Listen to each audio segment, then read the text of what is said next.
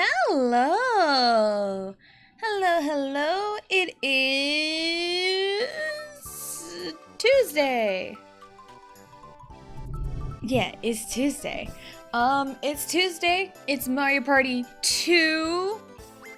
And we're just gonna go into Horrorland because my day has been filled with horror.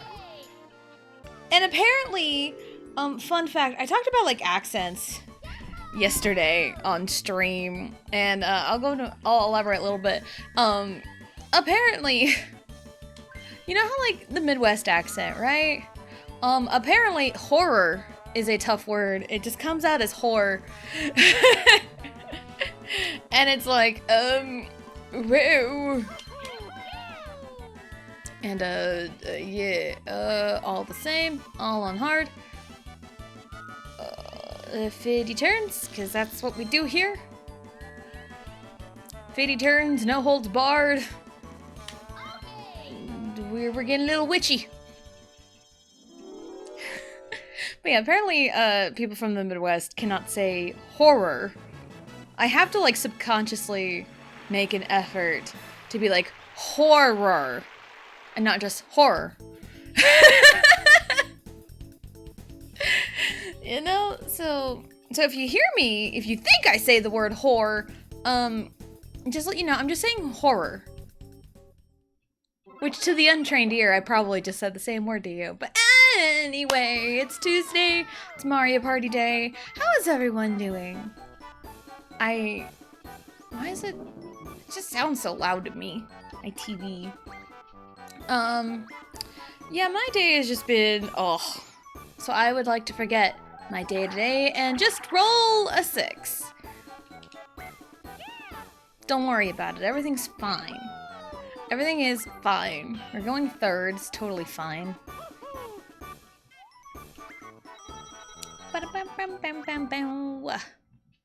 So, yeah, how is everyone doing? Again, it's early July, so I'm sure there's lots of summer activities going on. I don't know what the weather's supposed to be doing. So, but I scrolled on TikTok earlier today. There's this one weatherman who, going through their, the highs for the week, and everything was like in the 90s, like mid 90s. And, you can see this weatherman mention it, and he pauses for a second and says, yep, the weather, peaked in the 90s, just like the Cowboys. And I just thought that was hilarious, because any anti-Dallas Cowboy agenda that I am able to hop on, I will hop on it. Because who likes the Dallas Cowboys? Not even Dallas Cowboy fans like the Cowboys. I mean, that's how I feel as a Chargers fan sometimes. I love the Chargers, but I hate them at the same time. It's just part of being a sports fan. Yes, gotta go with it. And Luigi is rich. Hooray! Hooray! I really should, write down some things I want to talk about. Sometimes I have it in my brain and then I just, forget. I just, forget everything. Ow, what the hell?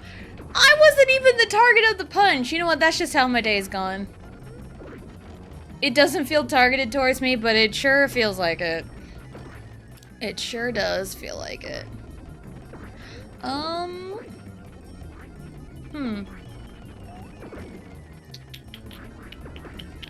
Yeah, there's really nothing much in my everyday life that is worth talking about.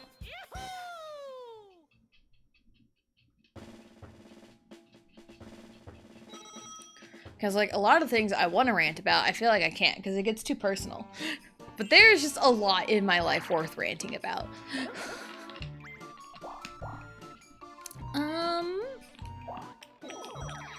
It's early July, and 4th of July just happened.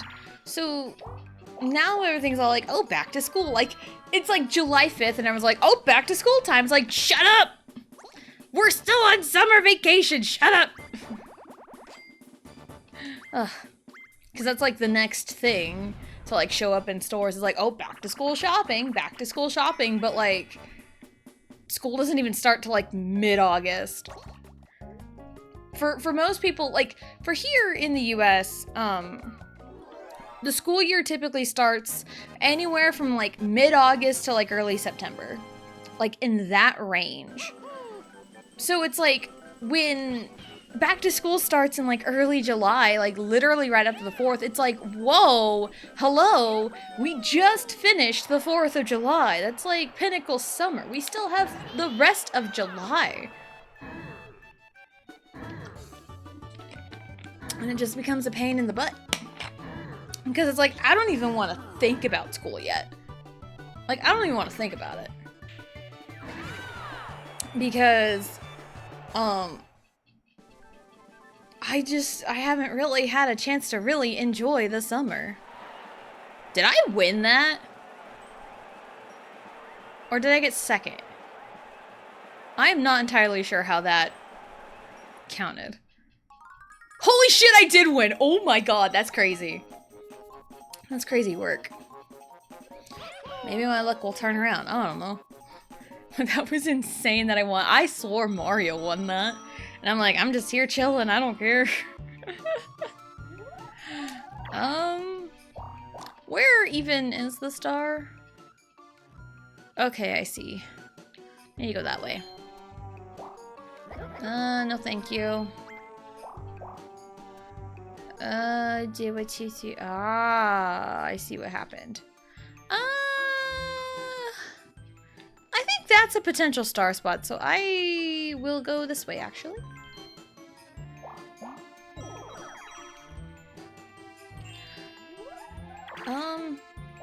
So yeah, it's like the school year typically doesn't, like, mid-August to early September, like anywhere in like that range. So it's like, we're barely past the 4th of July, and it's like, I haven't like seen anything on like back to school shopping. I haven't seen anything on that yet, so maybe we have a little bit of leeway, but it's like, that's the next big thing. I'm like, I don't even want to think about it. Because I got a text message yesterday from like the school district saying online enrollment starts on the 14th. And it's like, I don't even want to think about that yet. Because, man, I got feelings about the town I'm in. I have feelings. Alright. Alright, let's go. We can do this. There we go. Oh, we're good. Oh, we were golden, man. Look at us. Beep beep. So, but also, this school year is going to be a bit different because Riley should be starting school. Hopefully enrollment doesn't seem too bad. I forgot about the whole nighttime thing. I totally forgot. Because this was the board that inspired the entirety of Mario Party 6. Abundance bit of fur! Dang, I tried. It's okay, Luigi. You can have the first star. I'm proud of you. Oh my god! I just realized the behind the toad there were ghost instruments of a violin, a trumpet, and a piano. Those instruments are used in the Boo 1v1 duel in Mario Party 4, where you have to flip over. The only thing missing is a flute. You know, like this one time at band camp. Yeah, anyway, moving on from that. Can't go that way, because that's blocked. I will not dance Night Away. I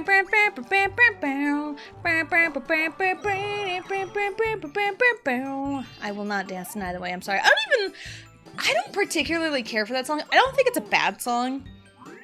I just think it could have been more to it, considering it was like Twice's first like summer song. I say as like Twice has a comeback like soon, I think. Was it the 10th? It's either the 10th or 14th. I think it's the 10th. Because Jo Yuri, her comeback's the 14th. Jo Yuri, also known as Junhee, or Player 222 in Squid Game, Season 3. Season 2 and 3. Well, really, it's... really, Season 3 is just Season 2 Part 2. And I hate how they marketed it because people are so dumb with their criticisms of Season 3. Because a lot of the criticisms are like, oh my god, they ruined the character, they did this, they came back for filming. No, they didn't. No, they didn't. They filmed 2 and 3 all in one because Season 2 was meant to be one big season. That's what it was meant to be. And I picked up on that from the get-go because of the way the season finale was in Season 2. Hello, Max. Hello, hello. Welcome in. Hope you're having a good day. I was just beginning my rant on Squid Game. Kind of. I was just thinking about, like, K-pop comebacks and stuff. It is good. Awesome. Awesome. Bam, bam, bam. Ba-da-da-down. I haven't seen Season 2 or 3, but not gonna lie, I haven't really heard anything amazing about it. I've seen mixed feelings on it. I personally really like Season 2 and 3. I think it's very well put together, but I think if you're gonna watch it, just watch 2 and 3 all together. Like, it is very heavy, yes, but like, you need context from 2. Because before Squid Game Season 2, me and Vegito decided to rewatch Season 1. And it was a good call, because there were some things that we remembered, didn't quite remember. But before Season 3 dropped, we were thinking, like, should we watch Season 2 again? And I was thinking, we were kind of both in the same boat. We were thinking... Well, Season 2 happened not that long ago, and, I remember, like, the big plot points of Season 2 pretty well, so, like, I think we can pass on watching Season 2. Nope, that was a mistake. Oh my god, that worked out. So, I do recommend, like, if you're gonna watch Season 2 and 3, just boom all together. Because, like, we should have watched Season 2 before going into 3. But, oh man. You can spoil away out of mine? Gotcha. But who man? Because it's been out for over a week now. And, you know, I've given people time to watch it. Because some people are really dumb in their reviews and takes, because sometimes it's like, some opinions I understand because this is what they see from their own perspective. And here is what, like, but I think some things are just objectively wrong and you miss the whole point. Like with the ending, if you're like, oh my god, everyone should have lived. Everyone should have lived. Nobody had to die. So many people could have lived. You miss the entire point of the show. You miss the entire point.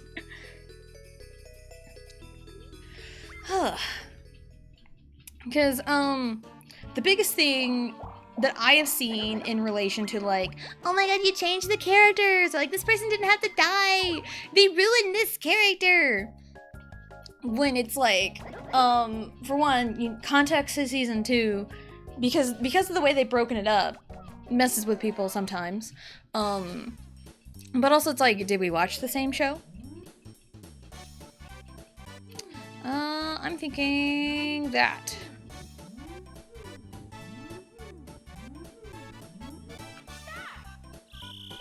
Give me the gold.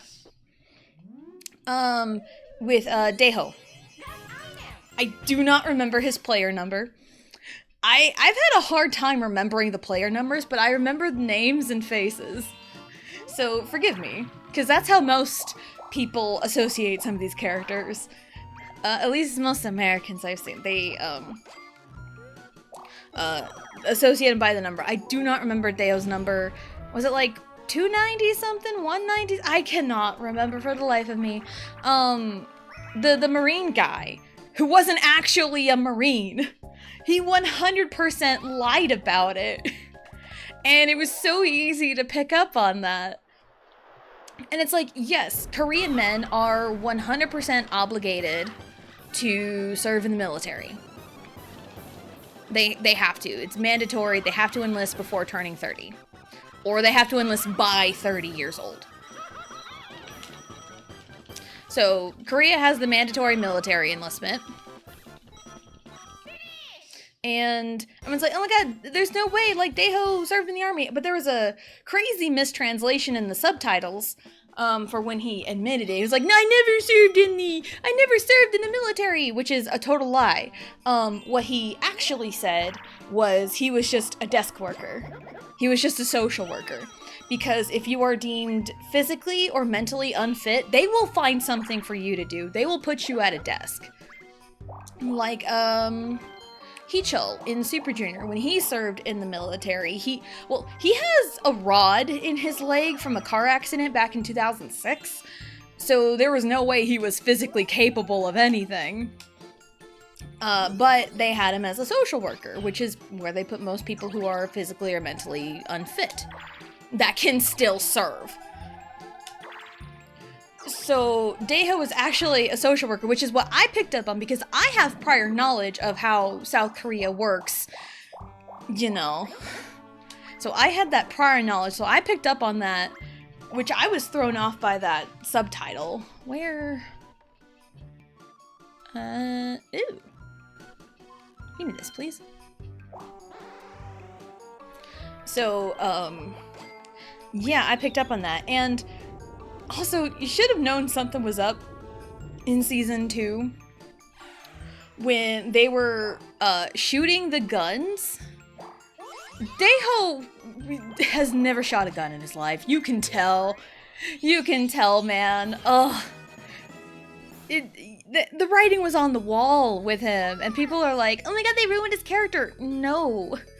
And with the whole Gi-hun and Daeho thing, like, they were both blaming themselves, and they were internalizing it so much that internalization turned into projection towards each other. So that's why that happened. And then don't get me started on Myungi, you know, player 333. I have affectionately nicknamed him the fuckhead because he is a fuckhead. Because, man, bro is such a fuckhead.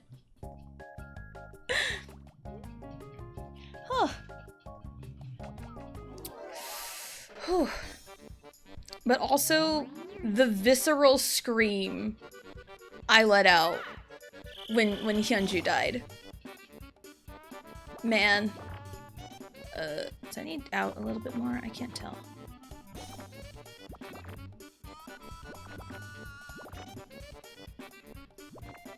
I think that one needs out a little bit. Not that far, I don't think.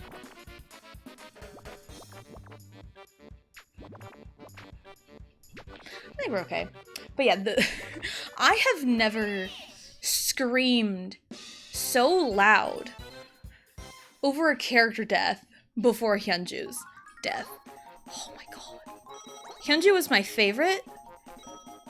Like, not even a Danganronpa favorite character death made me scream as loud as I did when Hyunju died. Man, she was my goat. She was my goat, man. And she died.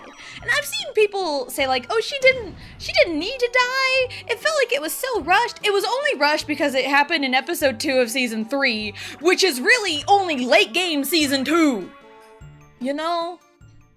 So it's like, I just kind of ignore those critiques about some things where it's like, oh, this felt so rushed. It wouldn't have felt rushed if you watched season 2 right before it, as it's intended to be. Because I really think Netflix was the one who decided to break apart season 2. For one, it was, you know, pretty long, and for 2, money. Which is so ironic. Because greedy people, being against greedy people is the whole point of the show.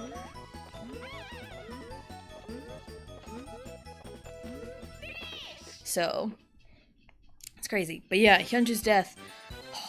And not only the visceral scream, we had to pause and take a break. I had to go on a walk after that episode. I had to go on a damn walk. Like, I walked outside, walked on the sidewalk to our vehicles in the parking lot. I had to take a break. God, it was crazy. It was so crazy. But Hyunju is so... You can get attached to her so easily. You know, I love her so much. I love Hyunju. She deserved the world. And the whole moral, especially that back half, you know, like season 3, and it, the whole thing is like, and even, Gimja's, the mom, Gimja's, I think 149 was her number, her speech before she died, essentially, like, evil people can get away with all the bad things they do because they blame other people and they don't have a care in the world. Whereas, like, good people, when they do something bad, they blame themselves. And it's so true. It is so true. That, like, you know, bad people or evil people can do whatever they want. They can do whatever they want. They don't care whose toes they have to step on, because all they care about is fulfilling their selfish goals. Whereas good people, if they do something slightly bad, they continuously blame themselves for it. And, you know, evil people just continue to step on everyone's toes. Because it's like, good people cannot, like, fathom that bad people can even think about doing this because they wouldn't do it. So that's kind of the whole moral and, like, the last, like, the last bits of Squid Game were. Hello, Minister Girl. Hello, hello. Welcome in. Hope you're having a good day. I was shooketh. I 100% was shooketh. I screamed so goddamn loud. And I had to stop and take a break because, oh, Hyunju's death. Oh, goddamn. I love Hyunju. I loved her so much. Since you're on a horror-themed map, I'll turn you into a cat. No, please don't. Don't turn me into a cat. 5, 6, 7, 8. Right. A-Z. Right A-Z. B. Right A-Z-B. Right. A. Z. B. 2, 3, 4, 5, 6, 7, 8. Down. Down. Down, down, right. Left. Left. Down. Down, down, right. Down. Down. Right. Left. Left. What? How? I mean, we still won. I didn't even, like, my thumb was resting on the joystick. After I made my move, which was correct, after I made my move, it kept going. It just counted me out for no reason. What the hell? My thumb was just resting on the joystick. So yeah, the biggest criticism I have seen... Oh, let me do something real quick. Let's just be too fast. Save settings. Return. Just in case, because you never know what can happen. I mean, I had a game crash at the beginning of stream yesterday, so you never know what can happen.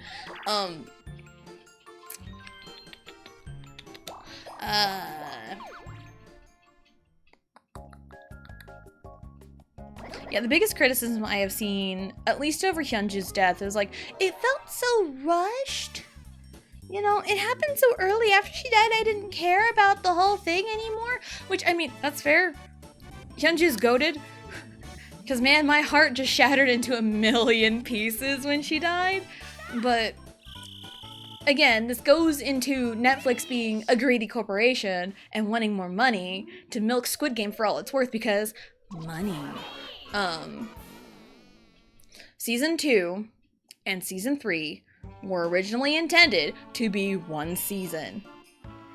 And I see so many people online so shocked over this fact. And I'm like, dude,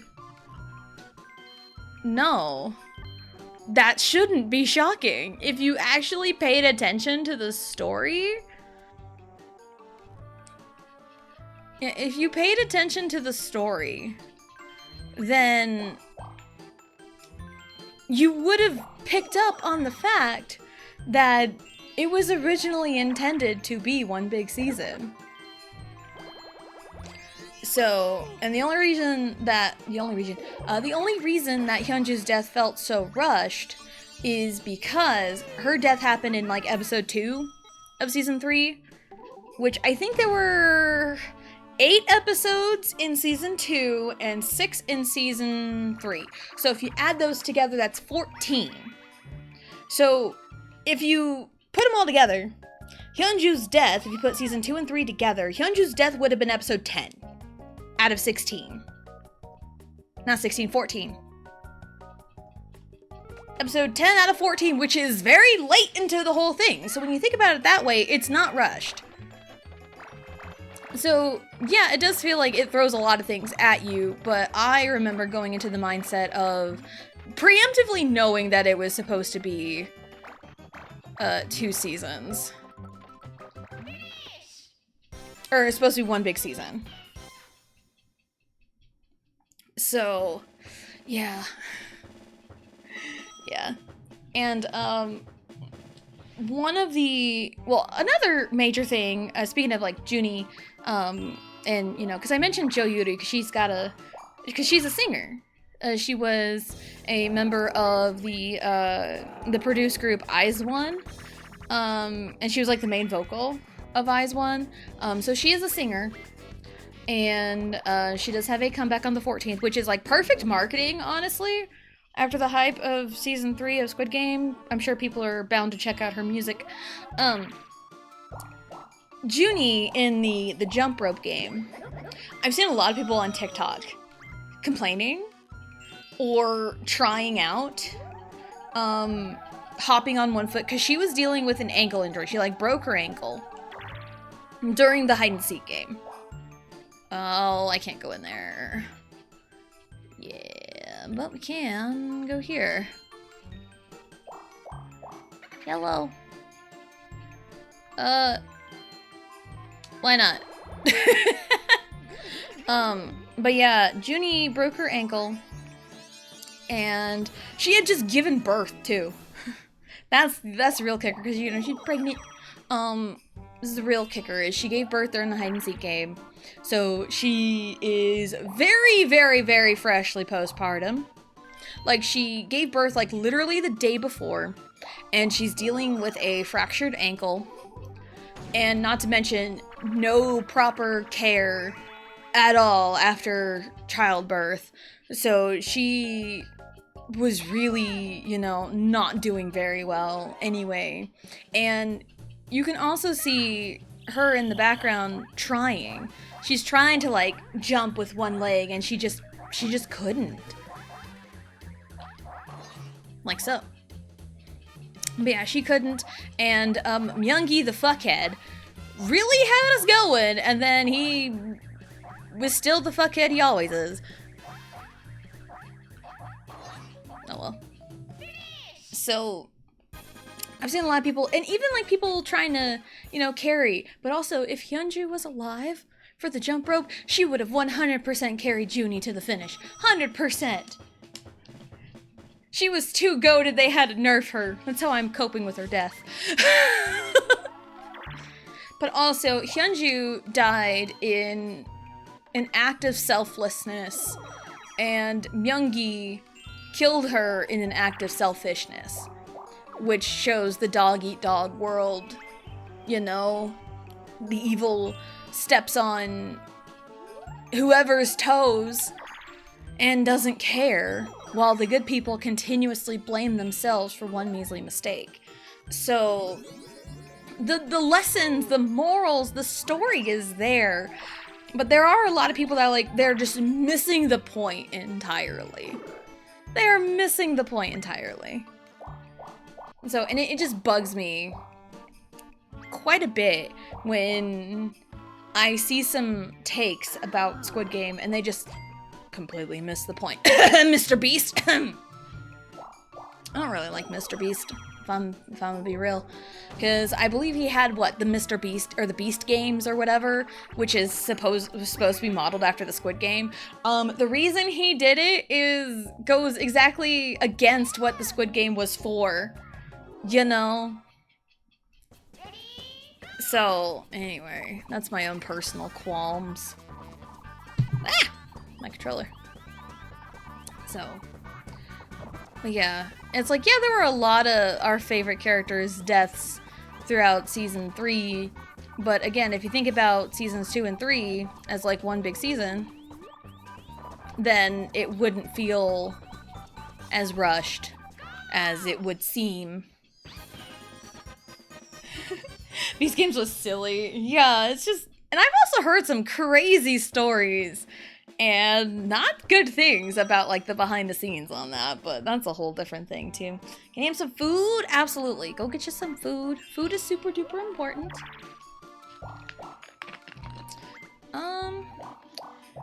Hello, Johnny. Hello, hello. Welcome in. Hope you're having a good day. I just happened to be looking at chat as you popped up, so if that felt super quick, then hi. I've just been ranting about Squid Game. Don't worry about me.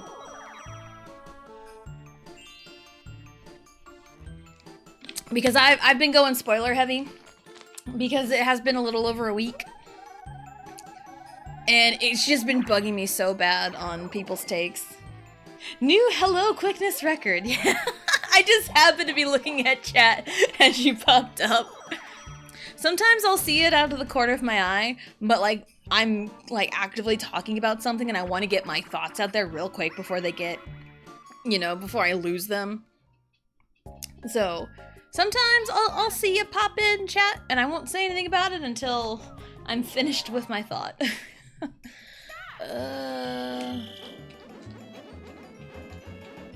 So yeah. Season 3 by itself was good. Very heavy, but good. Season 2 by itself was good. Season 1 as a whole, great, goated, love the whole story. But if you combine season 2 and 3 as it was originally intended to be, that's my number one gripe. But again, greedy corporations just want money. But if you combine seasons 2 and 3 as the one big season it was intended to be, then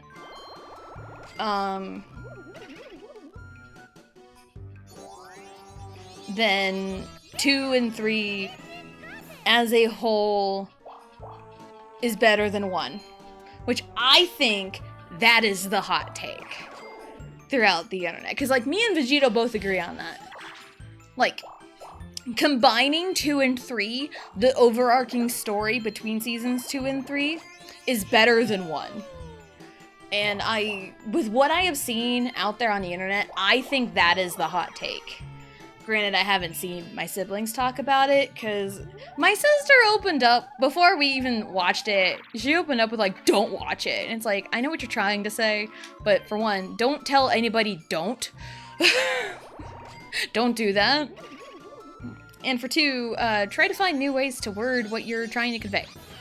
There you go. But anyway, as far as I know, my sisters watched Squid Game. I think my older brothers watched it. I don't think the oldest has. Not to my knowledge. Because he said something about, he was busy and stuff, so he needed to find some time. Where is the star? Well, it's not there. Oh, it's over here, isn't it? You know what? Yeah, let's warp. Let's do the time warp again. Hi, Luigi. Green team. Look at us. But anyway. But yeah, like, and I've been like dying to talk about it with someone, because I know Blue and Gihan had watched it and finished it, and I chatted with her a little bit about like opinions and stuff on it, and I talked to my husband about it, you know, whenever I see some things. Sir Fresh Custard, hello. Hello, let me get you the shadow. Hello and hello, Raiders. There we go. Enter. My keyboard is being very stupid. My enter key is not great. But hello and hello, Raiders. Hello. My name is Tessa Jane. I am a variety streamer, and today is Mario Party 2. We're chilling and ranting about Squid Game. So I'm so sorry if I accidentally spoil it for you, because we got some spoilers, but it's whatever. And hello, Custard. Hello. How was your stream? What were you up to? And hopefully you had a wonderful stream. And if you got a raid and run, go for it. I will not stop you. I will not stop you if you have to raid and run, because it's so important to take care of yourself. I'm the #1 advocate for that. But thank you again for the raid. Ah, no! Let's go, Luigi. Green team. Nope. That was me. That was my bad. I am a terrible goalie. I am so bad at my job. I am so bad at my job. When we were continuing Death Stranding 2, but I do need to raid and run because I need to eat. Oh, absolutely. Go take care of yourself. Go eat. Thank you again for the raid. But yeah, I am a terrible goalkeeper. I'm a terrible gatekeeper too. I will not gatekeep things. I will be the first to let you in the gate. Because I can't stand people being gatekeepy with things. And it's like, okay, I've ranted about this before on several occasions with various different things. When you are exposed to a certain media of another language from another country, I feel like it should just be respectful to try and at least learn the pronunciation. I know some pronunciations in like foreign languages are a little difficult for native English speakers. I mean, and English is hard for, for vice versa, the other way around. Like English is hard, but like for native English speakers, I notice this more with native English speakers. A lot of people I have seen making like reviews and opinion videos on Squid Game, they're blatantly mispronouncing the names. And there's a couple passes, and it's like, I have learned, I've learned a little bit of Korean. Mario, what are we doing? Mario, what are you doing? Like, I've learned Korean. I can read and write it. I know how to pronounce the characters. I'm not fluent by any means. I know some basic words. I know kind of the sentence structure. It's a tough one. But I at least can read and write it, and I can, like, pronounce it correctly. Mario, please. Mario, please. Mario, please. So, Korean names, or if I don't, like, here's an example of how I can use my, my knowledge of the Korean language. If I don't know how to pronounce, a K-pop idol's stage name or a group name, I will look at the Korean. Whoa! I'm going too fast, you furious. I will look at the Korean. No. Go away, bot. I will look at the Korean, and that's how I will know how to pronounce, a group name or a member's name. So I will try to follow closely to how it's supposed to be in Korean.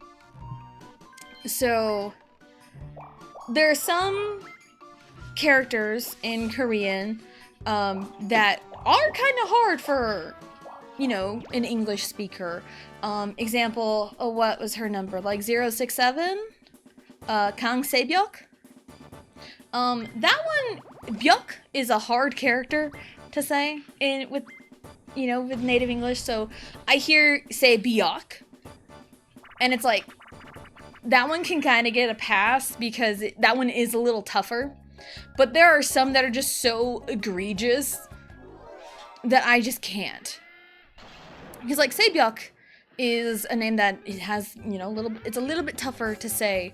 But when you have your main character, Song Gi-hoon, and I see a bunch of reviews calling him Ji-hoon, it's like, no. Absolutely not. His name is Gi-hoon. Gi-hoon. And like, Korean romanizations are not always accurate. That's the first thing that anyone will tell you if you're learning Korean. Like, the romanizations are not always accurate to what the sound is. Example, the surname Choi, C-H-O-I. So if you're looking at it with an English-speaking brain in mind, you're like, oh, Choi. No, it's Choi. But like in the romanization, that is 100% correct, because if you look at the Korean characters, the CH sound is there, that's your consonant, and then your vowels are the O and an I. So the romanization is correct, but the pronunciation is not. It's tre. Like you're saying tray, but like with a little flair. Tre. Like tre shiwon, tre myungi, or I don't know their names. It's Lee Myung-gi, but anyway. But like the English romanization reads out Choi, and it's like, welp. Welp. That one can't be helped. So you just, welcome back, Max. So it's like, just not even bother with romanizations if you are serious about learning Korean. But anyway, but yeah, with some of the names, especially even in like the English dub over, I'm sure people have watched it that way because like, oh hey, it's an English dub, I don't have to read subtitles. I mean, I don't care how you watch it, but I do feel like a lot of things get lost. Even in like English subtitles, a lot of things can get lost, like the Daeho military thing. That got lost in translation kind of egregiously.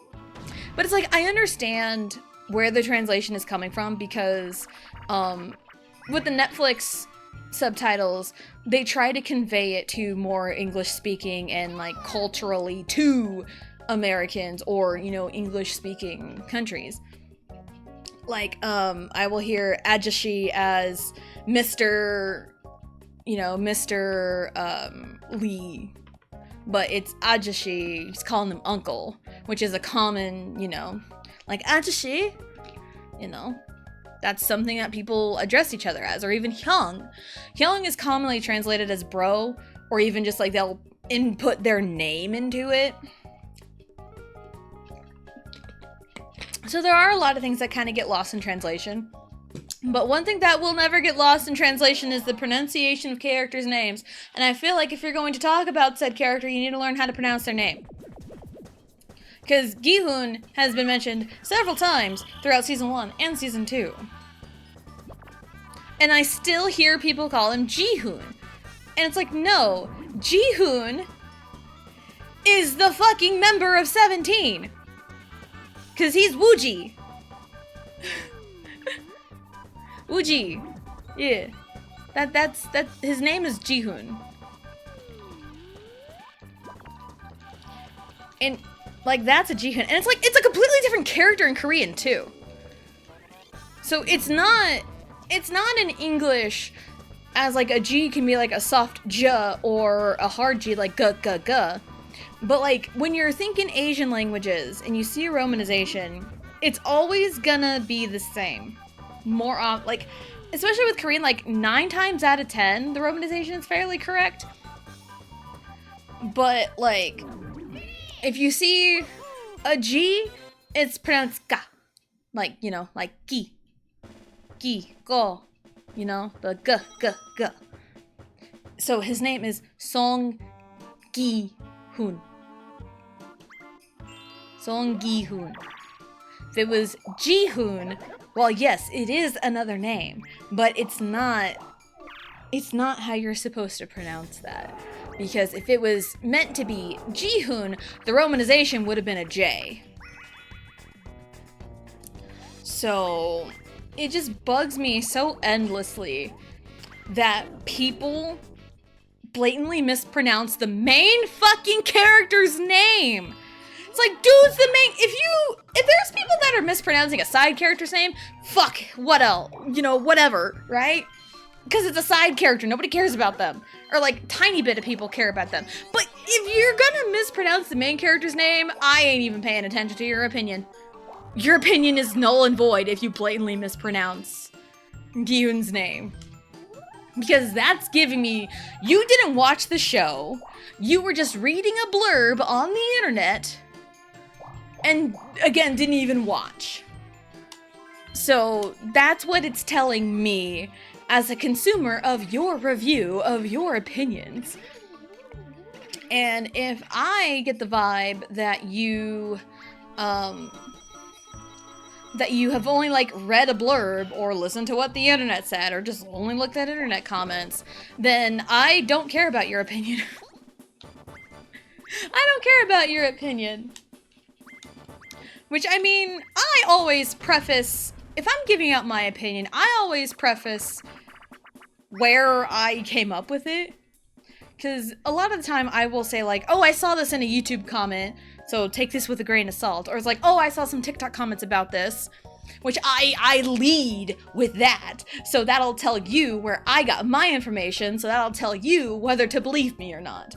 But when people blatantly state something as a fact, and they got it from a fucking comment, and I can tell they got it from a comment, I ain't gonna believe them. You know? At least from them. So, like, if you're going to talk about a foreign media, at least try to pronounce the names correctly. And that's what made Squid Game so popular internationally. For one, COVID times kind of came out around there. And for two, the player numbers. The player numbers were definitely an easy way to keep tabs on the characters. How is that not a... Peaches was nice, that's funny. So it's easy to keep tabs on the player characters by the number on their jersey. So like Sae-byeok was, 067, Sangwoo was 218, Gi-hoon's is 456. Il-nam from season 1 was, 1. And then, Yong Ino, the front man disguising himself as a player in season 2, 001. So... So it's just when people don't even pay attention to pronunciations. Because I have heard in the same breath people pronouncing Sae-byeok, Sangwoo correctly on the first go, but still call Gi-hoon Ji-hoon. That pisses me off more than anything else. You have no idea. It's crazy. It drives me bonkers.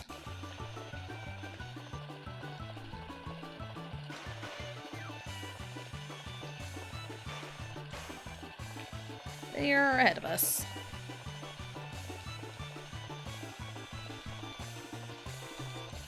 Yeah, they're ahead of us. Pretty bad. I think it's because I didn't lean into a certain section long enough. I think that's why. That would be me. Huh. And it's like, with Gi-hoon, I would accept a Gi-han. Because, like, that's what the romanization says. As long as you have the hard G sound, the Gi, not G, Gi. Like, as long as you have that, it's like, okay, I'll listen to you.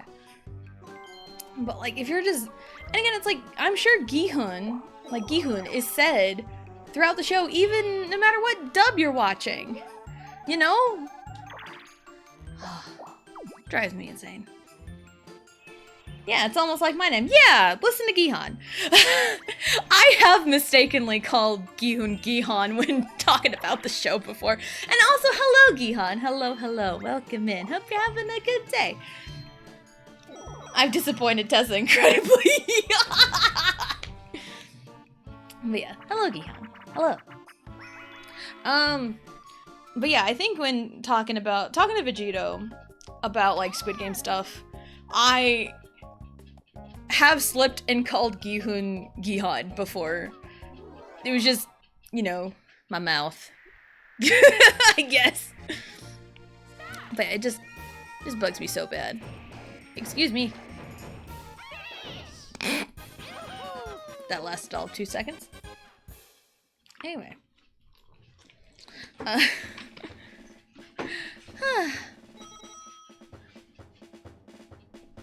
But also, I'm sure I've seen people call Thanos Thanos or Thanos Thanos.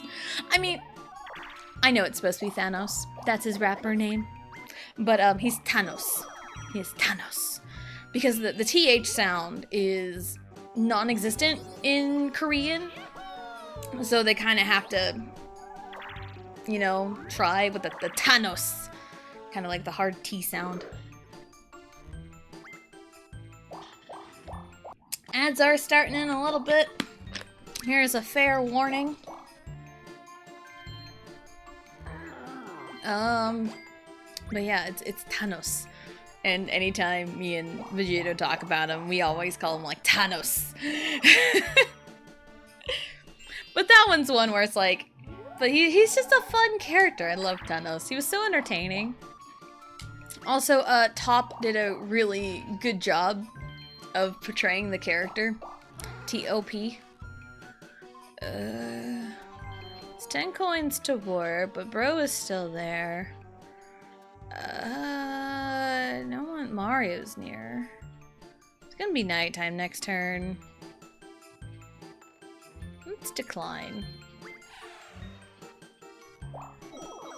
Yeah. So, Thanos. Love Thanos. And also, fun fact, you know how in season 2, you see Thanos and Namgyu both hyped up on drugs, dancing without a care in the world in the Mingle game, right? Dungage, dungage, dungage, dungage. Bingo bingo donagame juma jupshida. That was a fun song. Anyway. You can see Thanos dancing to Bang Bang Bang by Big Bang, which is the band he is from. Which is a nice little nod. But then in season 2 in the hide and seek game, Namgyu sings the lyrics to Love Scenario by iKON, and I never caught it. Never caught it. Until I saw a TikTok on it. And I was like, oh my god, how did I not catch that? And we probably didn't catch that because we were just reading the subtitles and not really like understanding what he was saying. But if we listened to the Korean he was speaking, we would have 100% picked up that it was Love Scenario. 사랑했던 우리가 만나 지우지 못한 추억이 됐다. 얼마나 melodrama 괜찮은 기억만. Yeah, anyway. Yeah, that song was huge in 2018. The song in question is Love Scenario by iKON. That song was so big in 2018 that it got banned in elementary schools because kids were singing it too much. 100%. That's exactly what happened. Okay, there you go. There's my deposit to the yearly Bowser Fund. So, yeah. Speaking of comebacks, there's one comeback I've been anticipating for like a month now. Super Junior. That's silly. It is very silly. But that's something South Korea would do. Because, South Korea does get very silly and very stupid sometimes because, okay, so as a whole, South Korea is a fairly conservative country in terms of, like, you know, people expressing sexuality and, you know, just like basic opinions and like whatever, you know, they're generally a conservative country. And there have been times where they will ban K-pop songs for like the stupidest reason. They will ban a music video from playing for the dumbest reason. Oh, here's the thing. Okay, everyone knows Psy, right? Gangnam Style. Oppan Gangnam Style, right? Everyone knows Psy. The song he released after Gangnam Style was Gentleman. You know, I'm a mother, father, gentleman. Everyone knows that one too, right? Hopefully. I think Gentleman's better than Gangnam Style, but that's my opinion. Love Gentleman. But anyway, that music video for Gentleman got banned in South Korea. You wanna know why? You wanna know why Gentleman got banned in South Korea? It's because Psy kicked a traffic cone.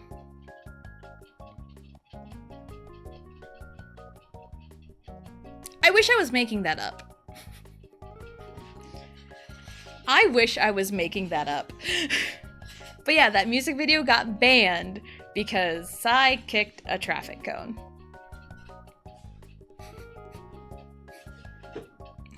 There are plenty of other things in that music video that could have maybe half-ass warranted a ban, but kicking a traffic cone?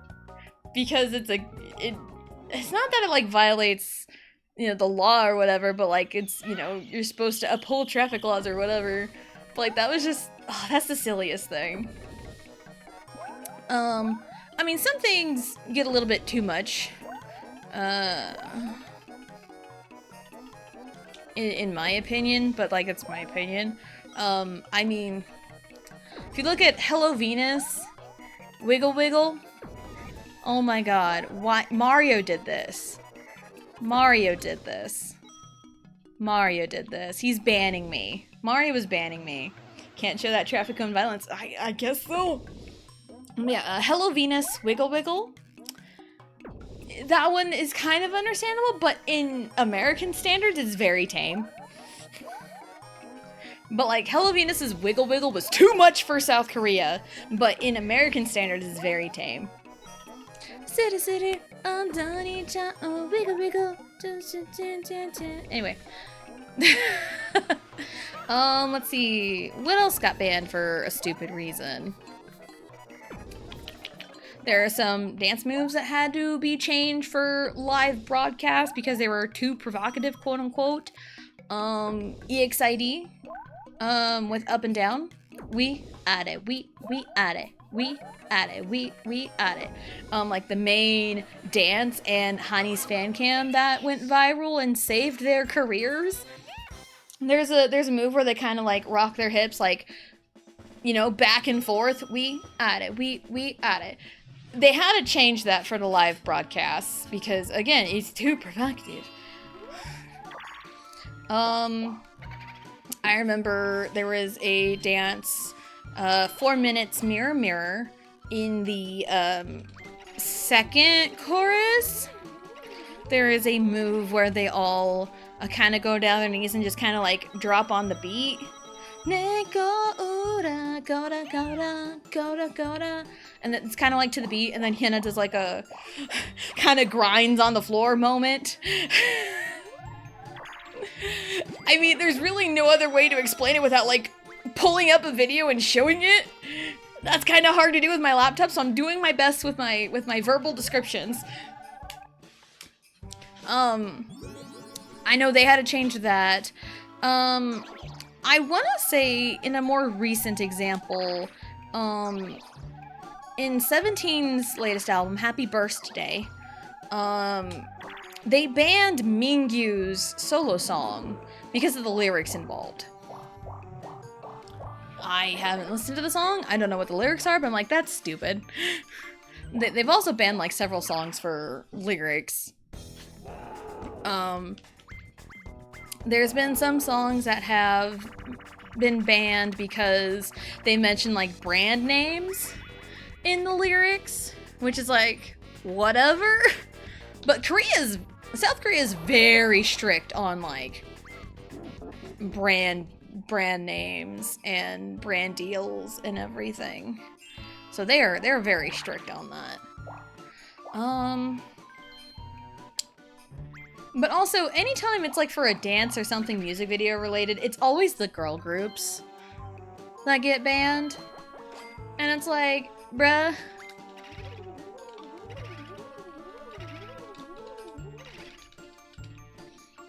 But then it's like, people are wanting mature girl group concepts back, which I'm all for it, because, like, you know, I'm a grown woman, and I support grown women doing grown women things, you know, as a grown woman. Have I said grown woman enough? But when people bring up examples of the concepts, it's like, yes, the concept is good.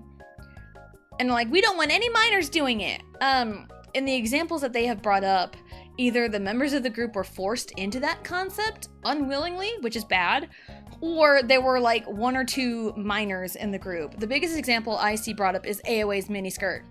Iconic song, catapulted them, but I want to say the youngest member was like 16, 17 at the time Miniskirt released.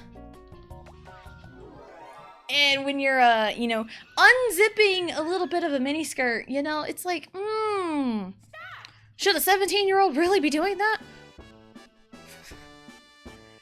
You know, as an adult, like, as a kid, you don't really see anything wrong with that, because, like, when you're a teenager, you want to grow up. You want to be seen as an adult. You want to be taken seriously, right?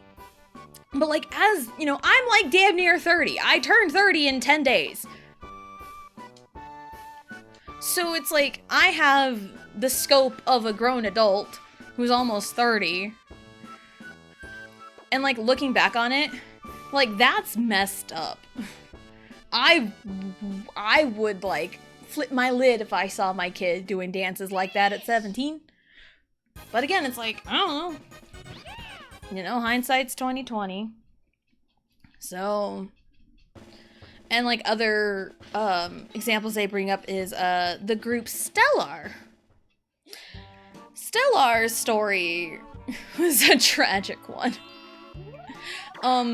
Their debut was a hot mess. It was a very bad song. And there was, like, one good singer who left early on. They debuted as 4 members. I remember their debut. I was, like, in high school. Like, it was a 2012 debut, I think. 2011, 2012. It was... I, like, can picture the music video in my head. It was not great. But there was one girl, like, she was, like, the main vocalist at the time. She was, like, the best one. She was the best one. And she left early on. I think only 2 of the original members from debut stuck around. But then they added, you know, members. But then they were kind of forced into, like, these sexy concepts. And they were very risque. They were risque.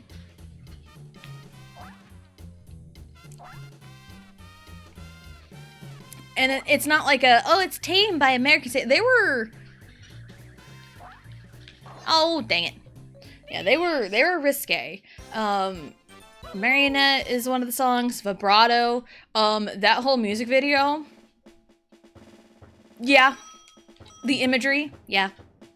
Yeah. The song is good. The song's a banger, but that music video. Yeah, the imagery there. But they were, like, forced into those concepts. So if you're gonna bring up the argument of we want mature concepts from women, again, don't bring them up because they had no say in that. But also, people were clamoring, we want grown women! We want grown women to do grown woman things. But then when Irene and Silgi of Red Velvet have a comeback with their subunit, and they're like, yeah, this is a mature concept. We're grown women doing grown woman things. People hate it! Like, what do you want? People are so fickle. They will clamor and clamor and clamor for something new, and when they get that new thing, or bringing that old thing back that they so wanted, they're like, I hate it. It's like, what the fuck do you want? Because yeah, like Irene and Silgi are grown women. Like, Irene's in her 30s. I think Silgi just turned 30 last year. So it's like, they're both women in their 30s doing grown women shit, and y'all hate them for it? Make it make sense. Make it make sense. How'd I live? Hip. I couldn't be hipped. I'm so picky, picky, picky. Oh, Weki Meki. I'm so sad Weki Meki disbanded. I'm so sad about that one. I loved Doyeon. She was great. Doyeon was, remember Weki Meki? I have a few Weki Meki songs on my playlist. Picky Picky. Actually, maybe I only have two. I have Picky Picky and Cool. Cool. Gonna do them get. Gonna done get. Bring it back. Cool.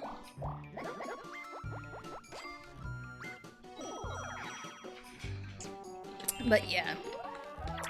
It's like, again, I am all for, 100% for, grown women doing grown woman things. I mean, do I have to like what those grown woman things are? No. But do I recognize it as a grown woman thing? Absolutely. Absolutely. I'm actually going to buy something. I'm gonna buy Skelly Key.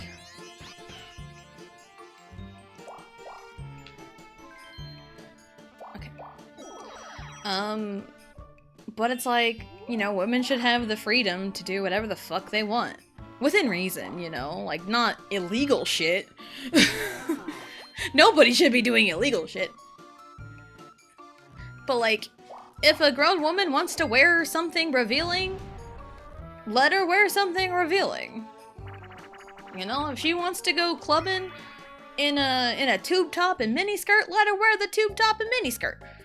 I mean, she's a grown woman. She's going clubbing late at night. Let her make those decisions. You know? Like, I can wear whatever the fuck I want. I'm not gonna stop somebody else from wearing wherever the fuck they want. Unless it's a child. I will not let my children wear a lot of what these kids are wearing. Because I have seen, the most bonkers stuff at my daughter's school.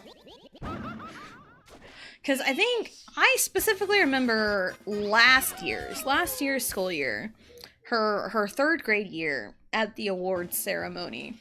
I remember seeing a student in a crop top at the awards ceremony, and like, it's like, you really didn't like dress code her? You didn't flag her for dress code violation?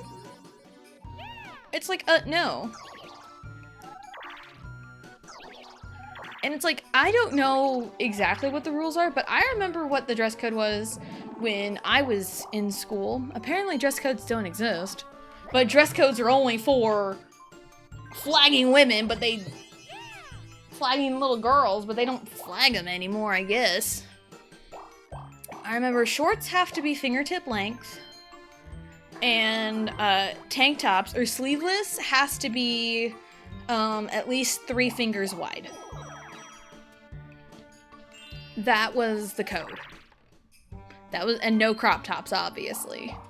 But I also remember when I was in high school, and I heard stories of people doing this.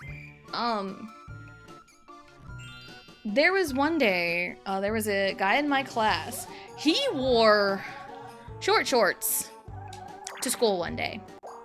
Like, damn near booty shorts. 1, 2, 3, 4, 5, 6. Yeah, let's open it. Yeah, he wore like damn near booty shorts to school. And we were like seniors in high school. So, like, he's an 18-year-old wearing booty shorts. Wearing booty shorts to school. And did he get flagged for a dress code violation? No, he did not. But girls get flagged for worse. Girls can get flagged for showing a bra strap and it could just fallen off her shoulder, or it barely pokes out of her tank top, which is within dress code. It's like, oh, dress codes are so stupid.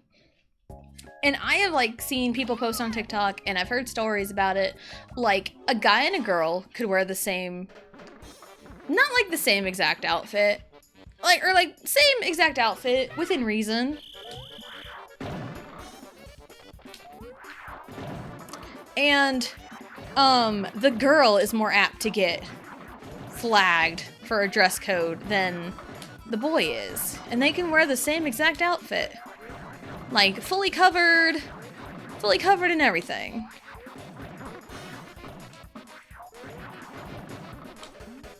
Oh, come on, where are we going? There we go.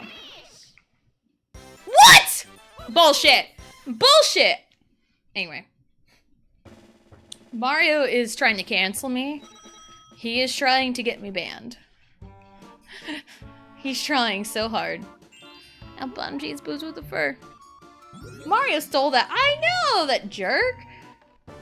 Because I tried jumping right over the stupid square and it was like, nope, you didn't press the button. I swore I did. He's a jerk. Speaking of jerks.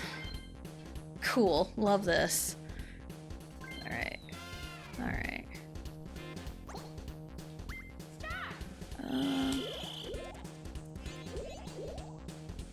Shit! Cool.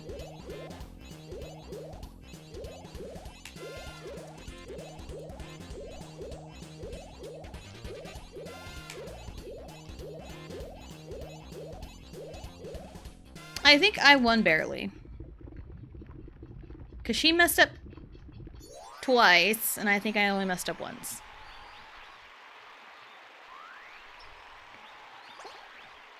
But also, she can't get the star now, so she can only duel. She shouldn't have dueled me. She should not have dueled me. She would have gotten the star. Karma. Karma is a bitch. What turn are we in? 24. Alright, we're almost halfway. It's probably once we reach halfway, we'll take our break. Because I did start a little later. Because I was just having a rough day and I needed a moment to collect myself. I'm sure we all have those moments, right? You just kind of need a second to like just sit. No thoughts, head empty, just sit. I kind of needed that. I did not need that.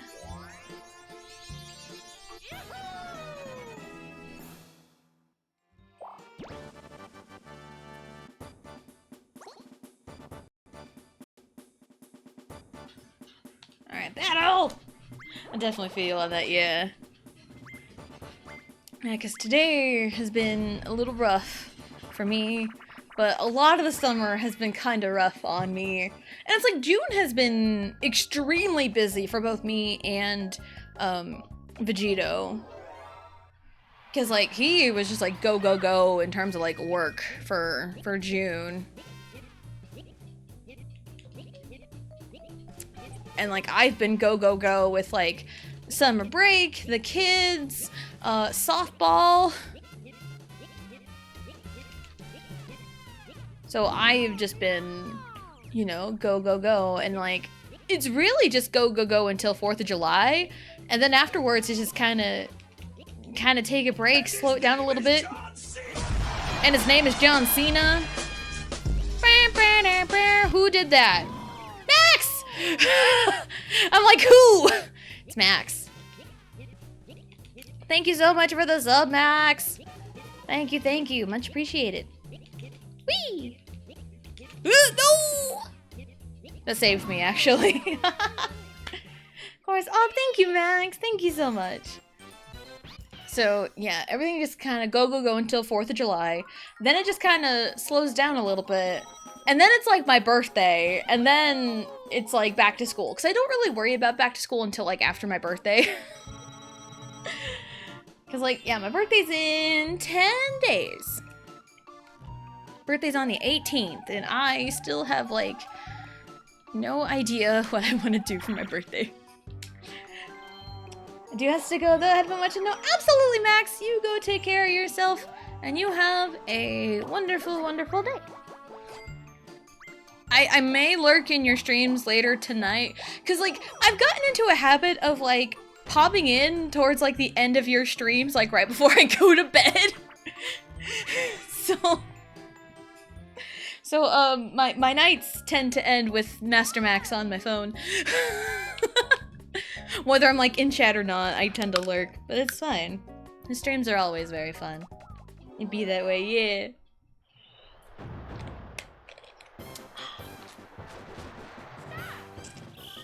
Wee. But yeah, go you. Ah! Go have a wonderful day, and don't get blown up by a cannon. It's my advice to you. Don't get blown up by a cannon. Here I am, just trying to give you, you know, just advice, like have a good day, and then I just get blown up. It's like, bruh. Bruh, broski, what are we doing? Go around, okay. So after this turn, so yeah, absolutely, goodbye. All right. Yeah, after this turn, we'll take our break because it'll be halfway through the board, and then my hip is crying for help. I don't know. I've been having hip problems lately. Ugh. But also, since I dyed my hair, I know if you want to, like, keep the color, you know, for one, you're not supposed to wash it as often as I do. But, I am in a position with my hair, for one, with as long as it is, and, with how it is, I feel like, and I'm like, people like with curly hair, it's like, you're not supposed to wash it every day. You can't wash it every single day. You're not supposed to. And it's like, I wash my hair every day for several reasons. For one, it's just, you know, my shower routine. And for two, my hair gets tangled so easily. And there is no way for me to get tangles out of my hair without properly washing it. So I have to wash my hair every day. Like, if I go one day without washing my hair, and it's, like, not in any kind of, like, braid or anything, it is a painful mess. It's miserable. So, yeah, I gotta wash my hair every day. But, like, if you're gonna wash your hair to keep, you know, the color in as long as possible, and, like, to keep it, like, vibrant, you gotta wash your hair in, like, cold water. Oh, man, cold water. Washing my hair in cold water sucks. But it's like, I do it to tolerate it. But man, does it suck. And I kind of, like, move my body away from the cold water, and it, like, hurts my hip. It hurts my hip sometimes, so I notice some pain there. Oh, nice. So yeah, I noticed some pain there. So that probably has something to do with it. I think once the color is, like, mostly faded out, I won't care.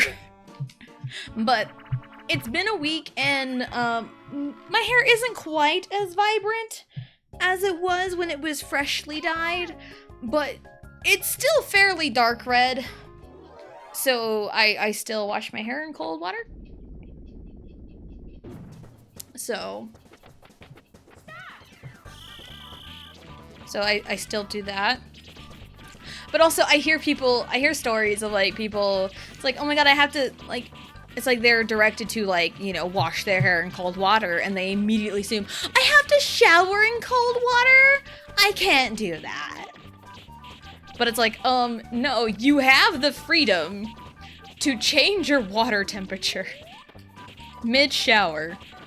There is literally nothing stopping you from changing your water temperature mid-shower. That is how I've done it for a long time. Anytime I've dyed my hair, and even after that, I rinse my hair, at least the conditioner out of my hair, with, like, cold water. Not, like, ice cold water, but, like, relatively cold water. Because that just feels nice with my hair. So, yeah, it's like, oh shit, oh well, it's fine, I'm talking. So it's like, yeah, when you're instructed to wash your hair in cold water, they're not telling you to take, they are not telling you to take cold showers. That is not what they're saying at all. Oh.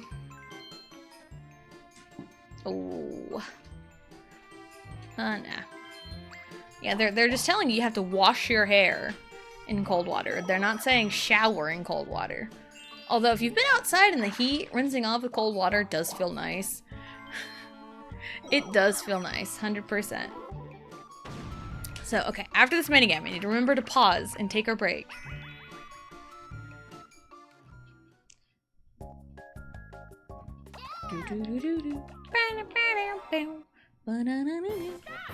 Oh, this one sucks. This course sucks. Ah! Ah! Oh, it's green and pink. This color combo always reminds me of a watermelon. Sometimes I'd rather forget about watermelons. But that is a tragedy of its own. Riley, can you not stand in front of the TV, please? Thank you. Oh, shit! I almost biffed it. I almost biffed it.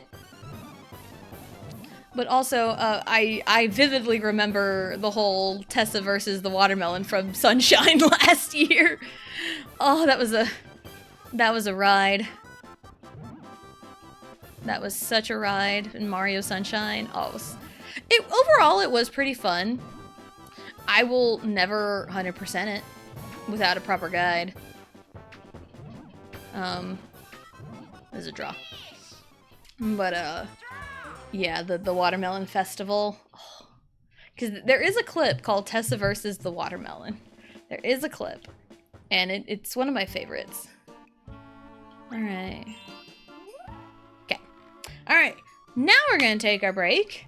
Because I need to get up and stretch. Because, again, my hip is killing me. But we're going to get up and stretch.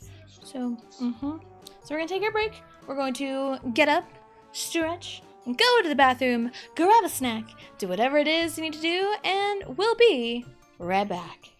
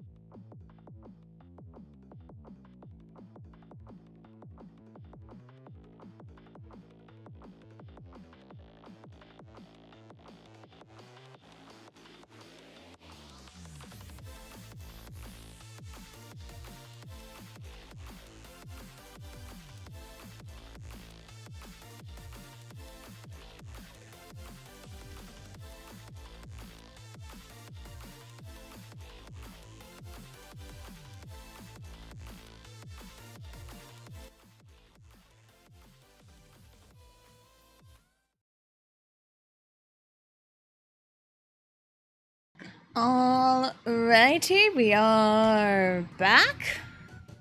We're back. Let's get back into it. Roll 1. Thank you for all the links, Johnny. Thank you, thank you. Alright, welcome back. Thank you. Now, it was on my mind, while on break, kind of thinking about, you know, K-pop and everything.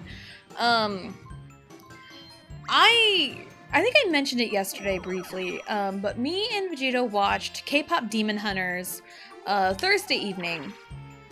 Cause he came home Thursday evening, and he had a 3-day weekend because of the holiday. And yeah, Thursday evening we watched K-pop Demon Hunters, which it was a good movie. It was pretty good. I really enjoyed it. I loved every second of it. My favorite character was like that little, I say little, but it was kind of big. The little demon tiger thing. I don't know if it ever got a name, but the demon tiger, oh, it was so cute. It was so cute. It was my favorite. The demon tiger is my favorite. But anyway. Mario's right behind. Ooh. Mario's right behind me, isn't he?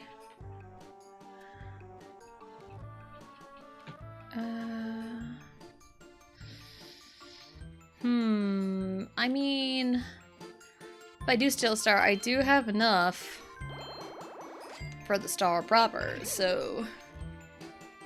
But yeah, we watched K-pop Demon Hunters, and it was a very good movie. I loved it a lot.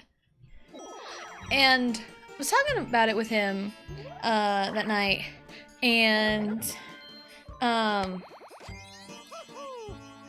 because like he mentioned that like it is very hyped up, and it kind of trends towards overhype a little bit, but I think the reason it is as hyped the way it is because it has come in a time where people have wanted something a little bit different, and we got something different and people love it, you know? Hello, Blue. Hello, hello. Welcome in. Hope you're having a good day. I need a people arrive emo that's more like dragging myself in rather than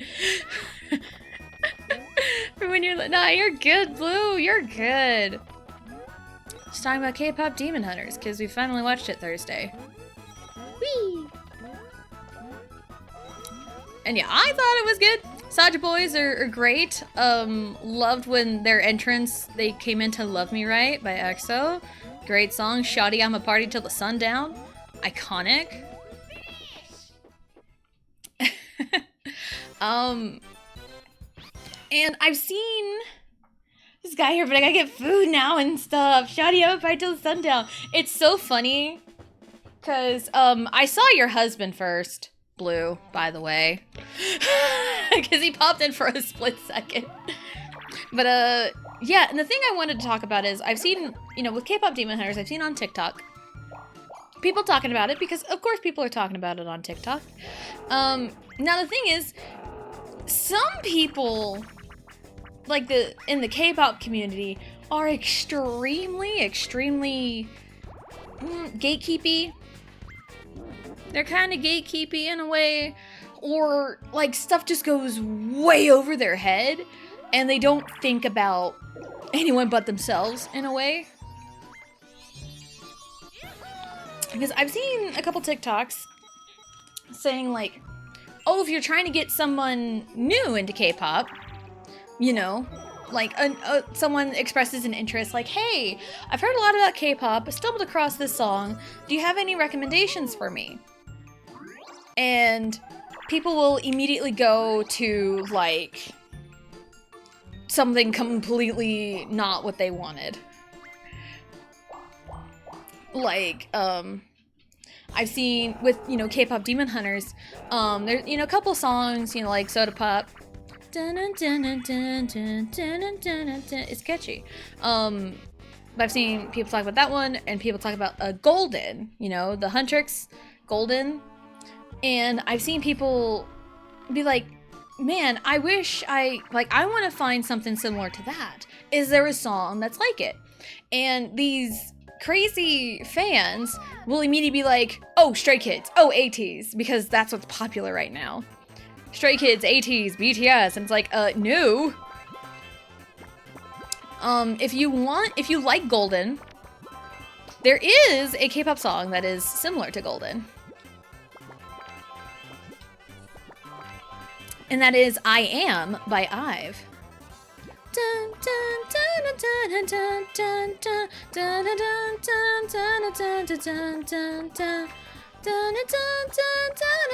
Big, big stage. That is who I am. Yeah, because it sounds very similar. It's got the same vibe. So if you like Golden, check out IVE I Am. That kind of floaty, empowering feel. That is a great start.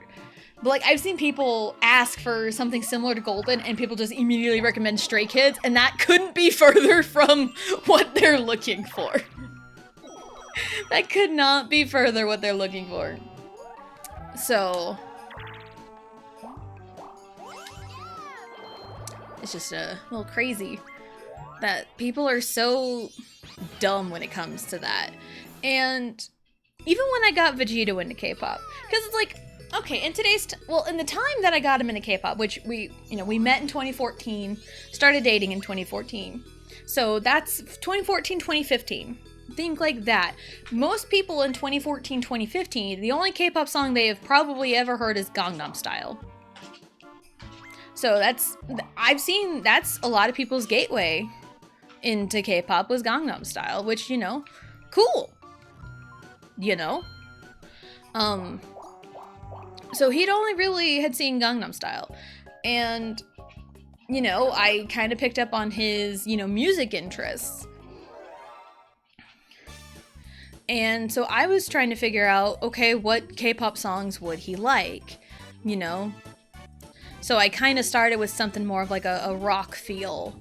And one of the first songs I introduced him to was a B-side, and it was Bang Bang by BAP. Or like Bang Times 2 or whatever, that's the song title. So I introduced him to BAP first. And that was one of like the first songs that we kind of like learned together, like learned the lyrics too together. So yeah, and that's like more of a rock because I paid attention to his music taste. So if you ask me for a K-pop recommendation, I will ask you, what kind of music do you listen to? Because like, much like anything, there's an umbrella term. Like K-pop, there's a lot that goes into the umbrella of K-pop, as well as like, just generic pop music, even rock music, because there's like so many subgenres of even metal. And it's like, I can't tell the difference between all of these subgenres of metal music, but it's under the umbrella of like metal or even pop, So, and that's the fun of K-pop, even, because there's something for everyone. Like, I like high tempo, upbeat dance music. Like Super Junior's latest comeback. I will never shut up about it. Because, the music video dropped today. I love the fucking song. It is, as Siwon says it is, it's a certified slapper.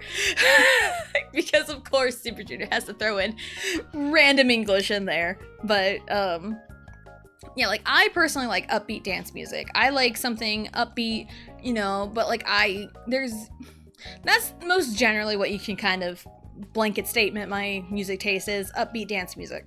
Something I can dance to. So there's that, but like someone else might like the slower R&B stuff, the ballads, and it's like, if you tell me I like, R&B, it's like, all right, I can find you a good handful of EXO songs, like Growl, I can point you to a couple Red Velvet songs, I can point you in certain directions for you to start and like give you a handful of songs to start with, and then you can branch on your own. That's like, if I want to get people into K-pop, that's what I would do. Not this nonsense. Oh, go check out Stray Kids. Oh, check out ATEEZ, BTS. No. 1, 2, 3, 4, 5, 6, 7. Oh, I hate the Toads. I hate the Toads so much. Oh dear God. 1, 2, 3, 4, 5, 6, 7, 8, 9, 10, 11, 12, 13, 14. I'm gonna take a guess. 1, 2, 3, 4, 5, 6, 7, 8, 9, 10, 11, 12, 13, 14, 15, 16, 17, 18, 19, 22? 1, 2, 3, 4, 5, 6, 7, 8, 9, 10, 11, 12, 13, 14, 15. I'm just gonna fucking guess 22. I don't know anymore. I hate the toads. They're so confusing.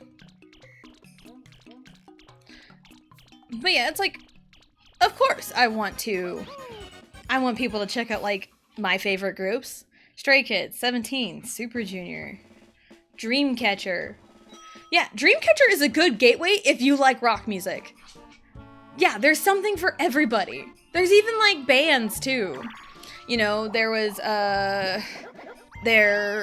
FT Island, CN Blue, Extraordinary Heroes. I love their music. I know there's a little bit of controversy surrounding one member right now, but, like, I love their music.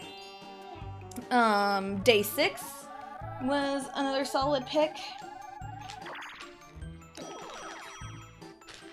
So, like, there's bands out there, too. It's not just pop music.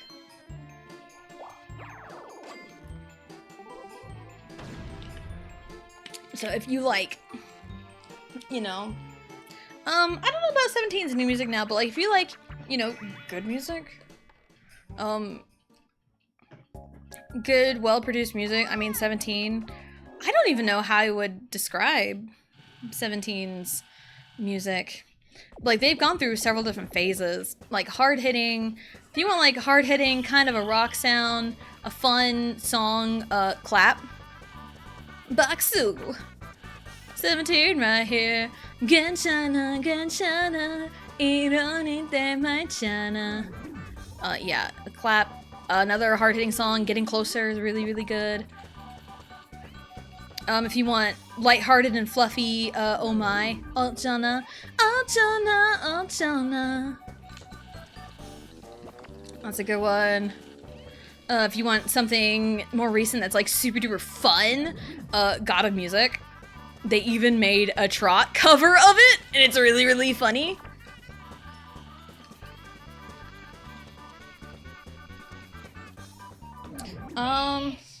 If you like more of like the hip hop beats, if you want rap heavy songs, Stray Kids.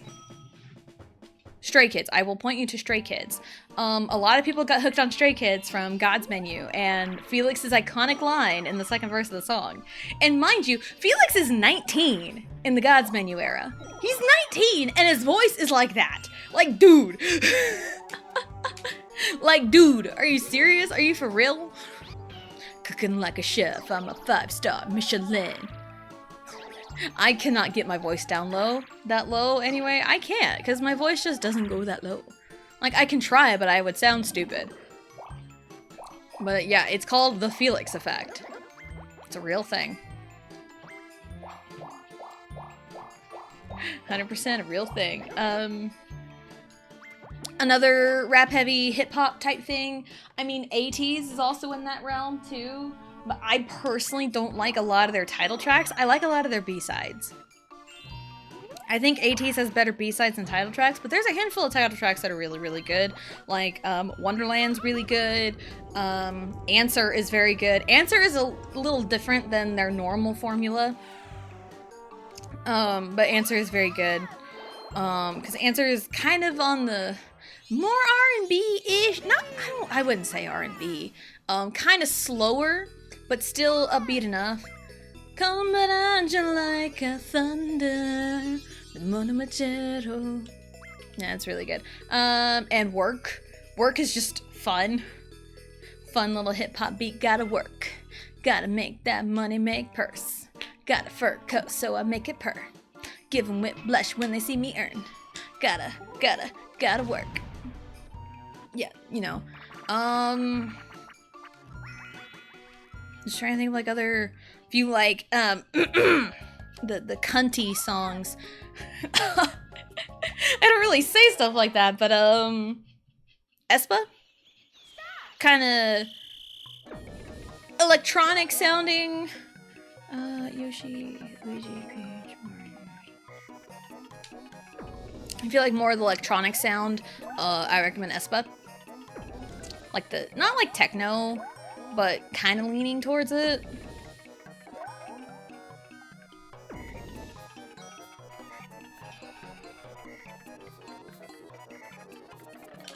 We can get Mario. Unless they do me dirty. Nice. It's been a while since I've made it out of the first round. Alright, Yoshi, Luigi, Peach. Yoshi, Luigi, Peach. Okay. So it's like, I am knowledgeable enough, even with groups I don't listen to.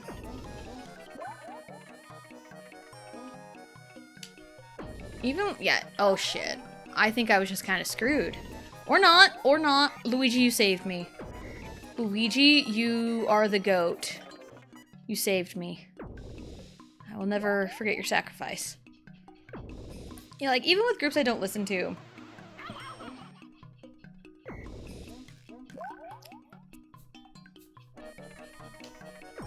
Yeah, even with groups I don't listen to, I know enough about, like, the music, or I can, like, you know, do enough research. Wait. Yoshi, Peach, Yoshi, Peach.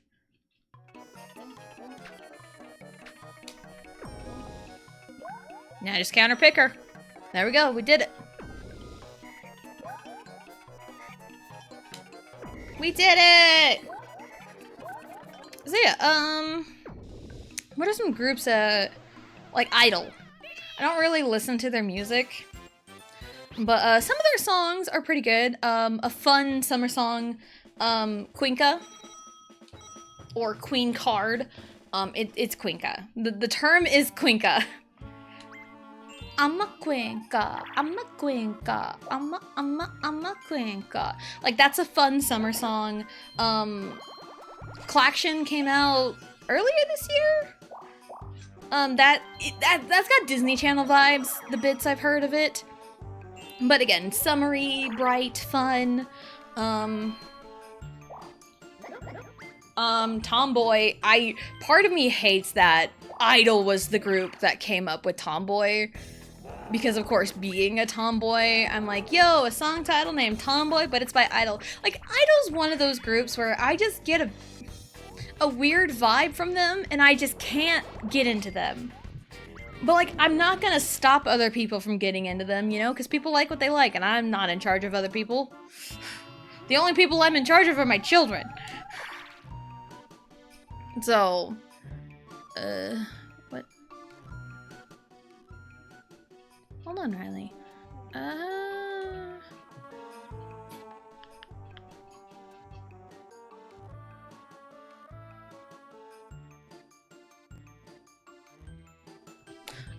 That way. But, oh yeah. No. I need to save my money. Yeah, I just get this weird vibe from Idol, so I just couldn't really, like, get into them.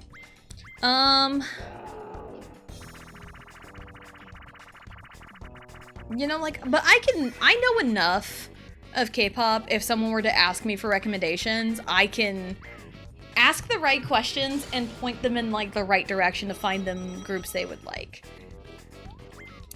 Big or small, you know? Like, big name groups or even, like, some Nugu groups. Like, Ace is super underrated. They should have hit it big with Undercover. They should have followed up with Goblin after Undercover. Goblin should have been the follow-up, not Savage. I'm sorry. I don't know what in the realm of opinions that is in. I don't know. But, like, Savage was a good song. I just don't think it was good enough to follow up Undercover. Goblin should have followed it up. But Ace is a really good band. They are super duper underrated. We do have ads coming up though, so fair warning. But I think I am going to get up and help put Riley's stuff away, so I'll be RB.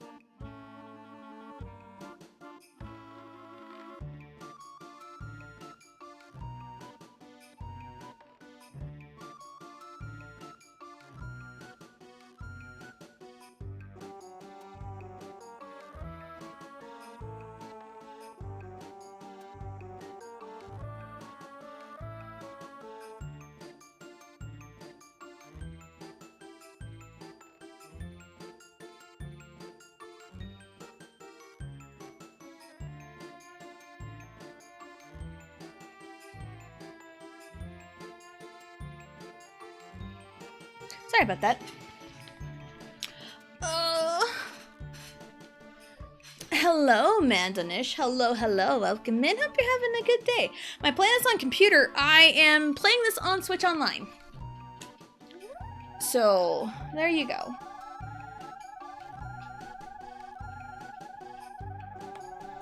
Sorry, I had to adjust my hair and my headphones because I got up out of my spot for a second. But what was I talking about before? Ace. Yeah, they're an underrated K-pop group. If you like the kind of rockish, grungy feel songs, kind of a hard-hitting song, I will point you to Undercover. That song should have blown them up so much bigger than they got. Oh my god. But Savage was pretty good.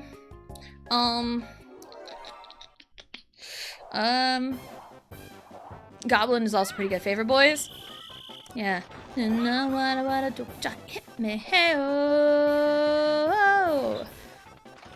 that's a good one.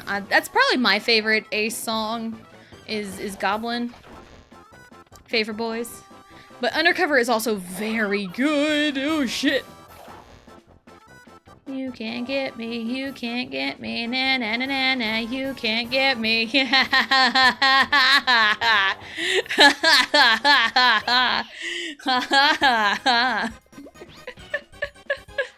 Anyway. But yeah, Ace. Go check them out. They're great. Supernatural is also a pretty good funky song. Hello, Duckland Army. Hello, hello. Welcome in. Hope you're having a good day. What's my favorite game, like, of all time? Favorite game of all time is Paper Mario: The Thousand Year Door. Whee! Favorite Mario Party is Mario Party 3, even though I'm playing 2.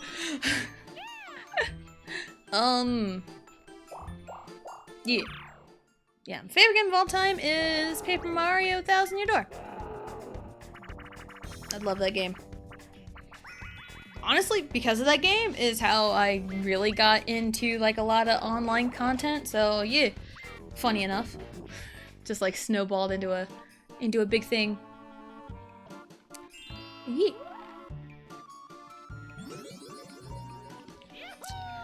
Ah. Nice, thank you. Yeah, I know there are a lot of, like, quote-unquote toxic people in the TTYD community. I don't associate with those people. Those people suck. I'm just a chill person who just recommends the game. Like, if you like, a good RPG with really, really good gameplay and good dialogue, and is like a 30-hour game, roughly, yeah, go play TTYD. Go play it. I remember screaming and crying when the trailer for the remake got announced. I remember that because my husband was at work that day. But, like, he was able to, like, watch the direct, so we weren't watching it together. I had just gotten out of the shower. And I get a message from him, because I was gonna wait till I was, like, out of the shower to watch it, because, like, I usually take my shower, like, during the time of the direct. That's just how my routine is. But he messaged me saying, go watch the direct, just skip to the end. You'll understand. And I'm like, oh, what? Like, what's going on? So I did just that. I skipped to the end of the direct, and then once the sound and the book was on screen, like, yo. It was like magic. It was like magic. There's our question of the day. Any new music you've been listening to? I say this because,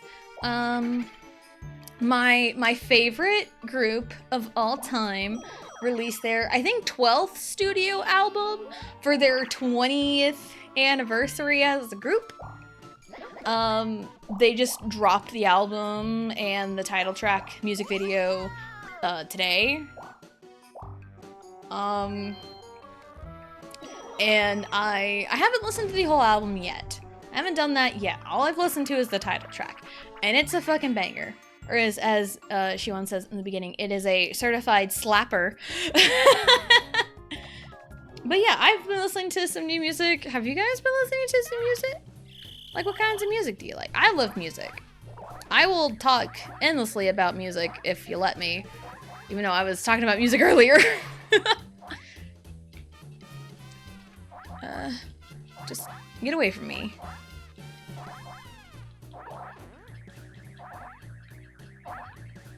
I got this. But yeah, I've been listening to, you know, some new music. I need to really, like, catch up on some music, because there's some groups that I like that have released music, like, months and months and months ago, or even, like, over the last, like, couple years or so, and I need to catch up real bad. Like, I want to catch up on SF9's discography, their music. I need to catch up on that. I think Exonary Heroes has had some new music that I need to catch up on. You know, just whatever. Lim! Hello! Welcome in. Hope you're having a good day. We're just talking about music. Have you been listening to any new music? I mean, that's the question of the day, so... I have, because Super Junior dropped their new album, and I listened to the title track today, and it is a slapper. It slaps. But, I also seen, I know it's like, oh, BTS, but I really want to like BTS again.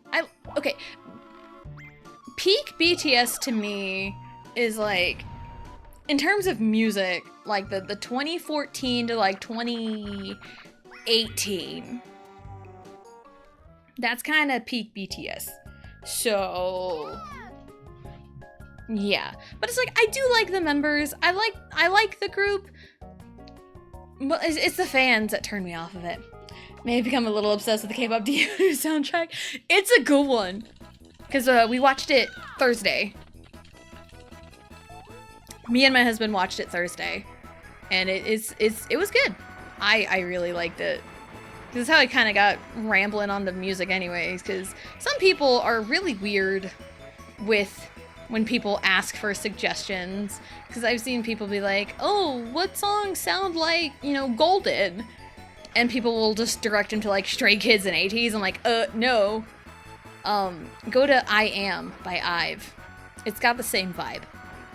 Because I remember seeing a comment on it without hearing the song beforehand, and when it got to the song in the show, or in the movie, immediately, yeah, that's I Am. That's I Am.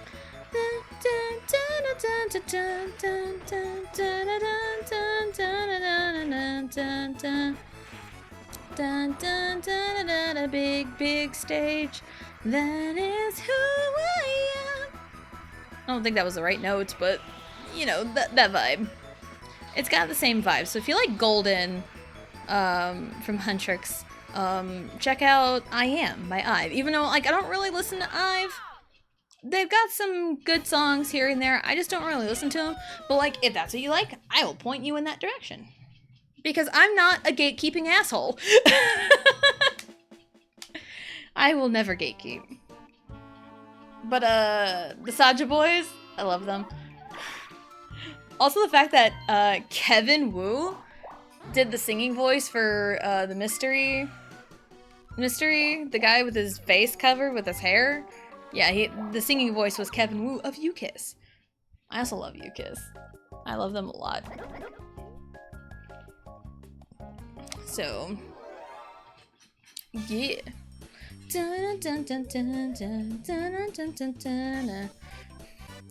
Yeah, I loved K-pop Demon Hunters. I loved it. It was so good. Like, top movie for me. And I don't really watch a whole lot of movies. Why? What is going on with these computers? They suck at this minigame. What is happening? Because, like, the magic lamp was right there.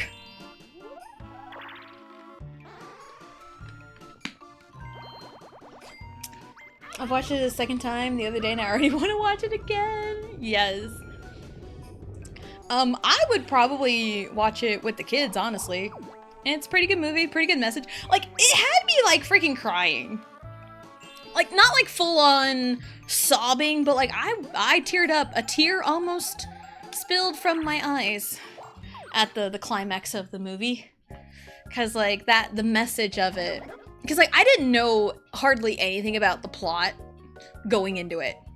I just knew it was this girl group or demon hunters, and their rival group, this boy band, the Saja Boys, were demons. That was all I knew, and I didn't even like know anything about the plot. So, but man, it had me going. What do I think of the Switch 2? I mean, it looks really cool. I want one really bad, but I don't have one yet. What do I want? I guess I'll just go with the tried and true on this board, because this board requires a lot of movement. This one. So, but yeah, and it kind of sucks because I think the next possible, like, what's the word I'm looking for? Not opportunity. The next possible opportunity for us to even think about getting a Switch 2 would probably be tax time next year, and I hate that so much. But yeah, the K-pop Demon Hunters movie, I kind of want to watch it again too, because it was just so good. We also loved when the Saja Boys came in to Love Me Right by EXO. It was great. It was great. Because EXO deserves more love. Like, they were a fucking juggernaut from like 2013 to like 2018. 1, 2. So, but then like after 2018 is when BTS really hit it globally. 1, 2, 3, 1, 2, 3. Okay, can I time this? Nope. Last one is just good luck. Nope. I'm so bad at this one. Nope. Hey! But yeah, EXO's got a really good discography. If you like harmonies and really, really good vocals, EXO. Really any SM group, second, third gen SM group, very good vocals. But yeah, EXO is really, really good. EXO has like one of the best vocal lines in all of K-pop. So, shawty, I'm a party till the sun down. Responsible for that iconic line. But I do love EXO. And me and my husband watched the Killing Voice episode featuring EXO. And there was a moment where Suho kind of pulls like this mom moment on Dio, where he kind of like tucks Dio's hair kind of back behind his ears, kind of fixing his hair. And there's kind of part of me always like, it warms my heart sometimes when it's a weird feeling, hard to describe,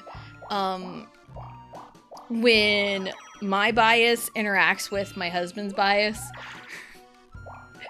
You know, it's a weird feeling and it's really hard to describe. Because, like, my bias is Suho. My husband's bias is Dio.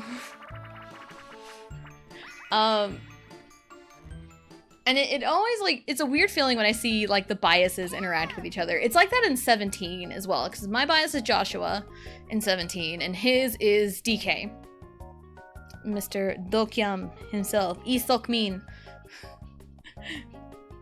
The suck of Busoksun. Also, Busoksun, if you want fun, super fun, high energy, feel good music, go to Busoksun. They call us Busoksun. Fighting, catch fighting, catch 한없되는 하루에 시작이는 내 노래 이쁘서 멈춰겠어 이때는 멈춰겠어 Fighting 하지 Don't give it up now give it up yeah Fighting 하지 우리 무석수 Anyway or 정바지 지금 봐 지금 지금 봐 지금 Anyway I'm getting too lost in the Busoksu. But yeah, it's always like I really don't know if there's really a word for it. Like, it's not really like a proud feeling. It's not like an super lovey-dovey moment. It's just a feel-good thing when I see my bias and Vegeto's bias like interact with each other in a group. Because like, I don't even think we even like share a bias in groups we like. Which is crazy. Like, we don't share a bias. You know? Because, even in Stray Kids, like, Felix used to be my bias, but it shifted over the last, like, couple years. It is now, Changbin. Changbin is now my bias, and, his bias used to be, Bangchan, but, now it's Felix. Hey, I made it. But yeah, Vegeto's bias is Felix in Stray Kids, and, my bias is Changbin. So, you know, seeing those two interact, you know, that feeling. So, and even like Dreamcatcher girl groups, you know, it's just one of those things. Again, like, I don't even know if there's really a word to describe it. You know. What's up, Bowser? Bowser's appearing act would kind of suck, but wouldn't really hurt me. Potluck wouldn't hurt me either, because I don't have a whole lot of money. So, but yeah, like Super Junior, I would say he's a Kyuhyun bias, or Yoruk? Kyuhyun or Yoruk? That one's kind of half-assed the same, because my Super Junior bias is all of them. I can never pick. It depends on the day, so I just say all of them. EXO, mine is Suho, his is Dio. It's another group. NCT, Mark. Mine's Johnny. I'm trying to think of groups. Pentagon, I'd say he was a Hui bias. I was a Yeon bias. Ace-chan? Yu-chan, probably. Mine's Junie. Trying to think. Dreamcatcher, his bias is Dami. He will fight you over Dami. He will fight you over Dami, and he will fight you over Wendy of Red Velvet. He will fight you over those two. Red Velvet, I'd say my bias is Yeti. I think she gets a lot of hate for no reason. And also her color is purple, so that kind of helps. And I think she's very underrated in Red Velvet. My Dreamcatcher bias, I have two. I cannot pick between either of them. Xion and Sua. I cannot pick between those two. I just can't. Xion and Sua.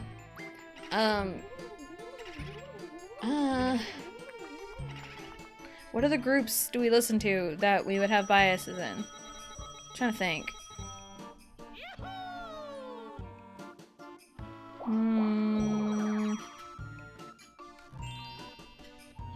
Trying to think. I can't. Monster X.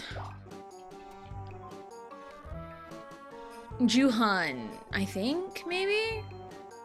My bias in Monster X is Hyungwon. Hyungwon's my bias in Monster X. I think he's very funny. The relay dances of Monster X were really, really funny back in the day, and Hyungwon would do anything but dance. It was so funny. And speaking of Monster X and relay dances, there was a moment where Shonu just completely bias-wrecked me in the shootout relay dance. And in the very beginning, all he did was stood there and like vibrated his body, and oh man. Like, dude, he just bias-wrecked me just by doing that. Crazy stuff. Crazy stuff.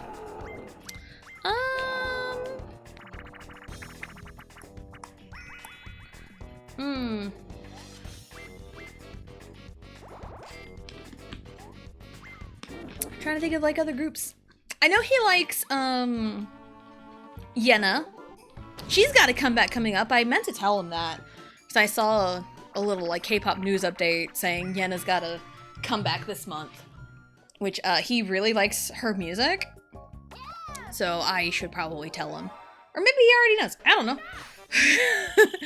I don't know. Well, I'm on the front lines this time because the game knew I was a terrible goalkeeper. So, maybe I'll do better.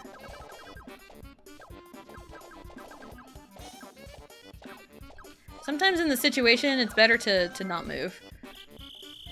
Like those until dawn don't move commands. Come on, please. Ooh. Come on, no! Dang it, I'm so bad at this now. I used to be pretty decent at it, but now I'm just bad.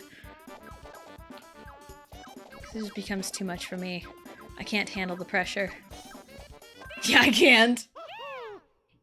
If I was stranded on a desert island, what 3 things would I bring with me?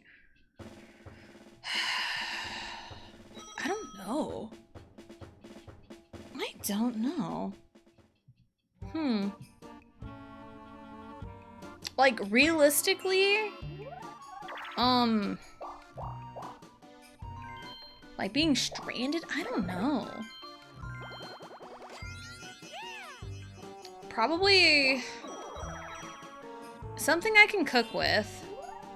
Like a portable stove or something.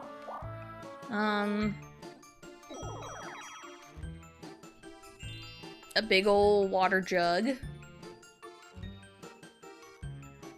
I don't know.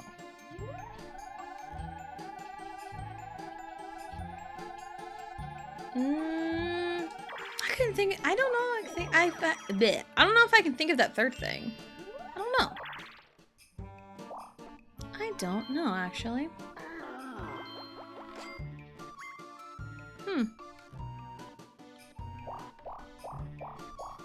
And a friend, probably. So they can bring 3 things. 3 more things. Radio antenna and a generator. Yeah, that seems very practical. I'd bring probably a gas stove, big water jug, and a friend who can bring their 3 things. Please, Mario. Okay, I'm okay with that one. I'm glad it wasn't a star trade. Because, oh man, if it was a star trade. What's 7 coins to Luigi? From Luigi.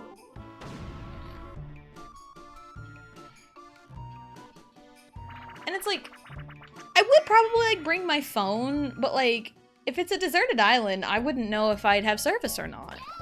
So like, that's like the big thing, like practically speaking. Cause like, if I had service, yeah, I'd bring my phone to try and like contact for help. But like, there's no guarantee. But I would probably bring it for music, because I would die without music. I would die without music. Music keeps me going. Music's a big part of my life, so... No, Peach, you bitch! I wanted that. I wanted that coin. Tell me why ain't nothing but a heartache. Tell me why ain't nothing but a mistake. Tell me why I never wanna hear you say that I want it that way. The friend can't bring anything. Well, if they can bring 3 things, then sure. I'm always one to find loopholes and stuff like that, because it's not like a wish for 3 more wishes. Like, no, I wouldn't be like that, because that's too obvious. That's too obvious, wishing for 3 more wishes if I had 3 wishes from a genie. That'd be too obvious. But, like, there's nothing that says I can't bring a friend who can also bring 3 things. But then we'd have 5 things, because I would only take 2. So, I always find ways around it. Yeah, Peachy! Yeah, no, don't be like that, Peach. Don't do that. But yeah, music is just, I can't be without music. It's too important to me.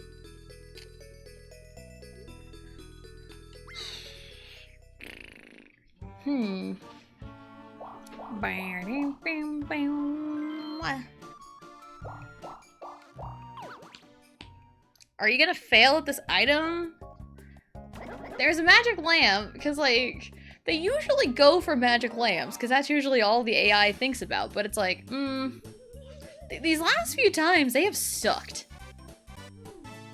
But these are like very good items. I would want this lineup. But I will never get it, because I'm in first place right now.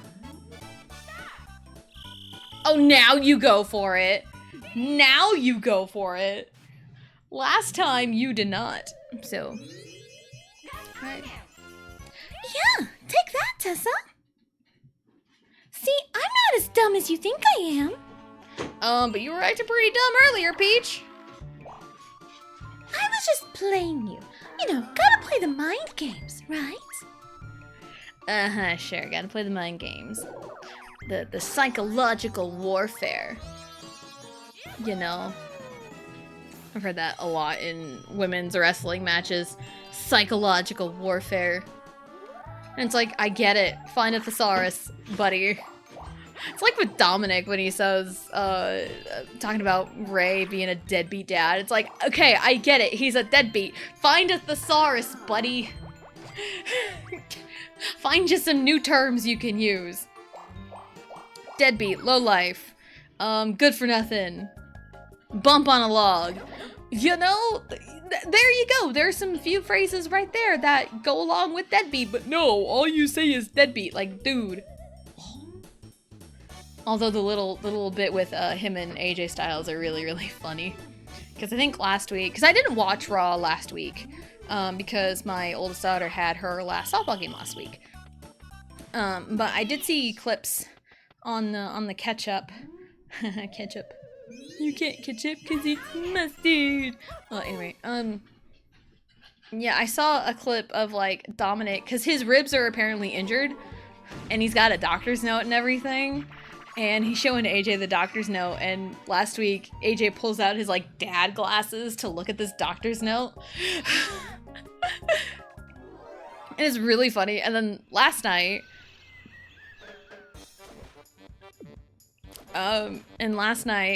he delivered a cake. A get well soon cake to good old Dominic Mysterio. And it's like, get well soon from AJ. And Dominic turns around, and there's AJ around the corner, peeping him, and doing the whole, like, I got my eyes on you, buddy. And it was just really funny. So memeable. So memeable. It's so funny. What game character do you think would make the worst roommate? Rosalina. That's a personal vendetta, though. That is a personal vendetta. I would... Objectively? Objectively speaking, I don't know who would be like the worst roommate in terms of any video game character.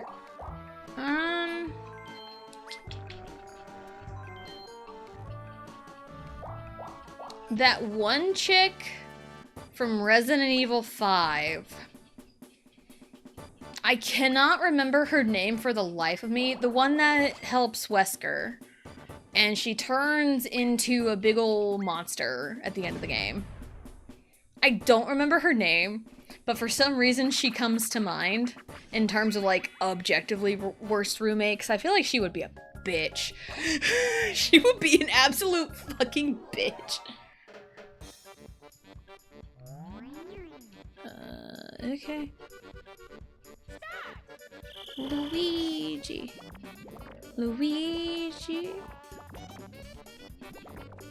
And that can go in a little bit.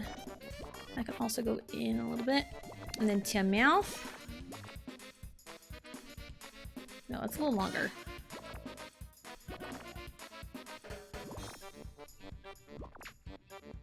Oh, the brim. I'm glad I noticed that. by 1 point. I'll take it.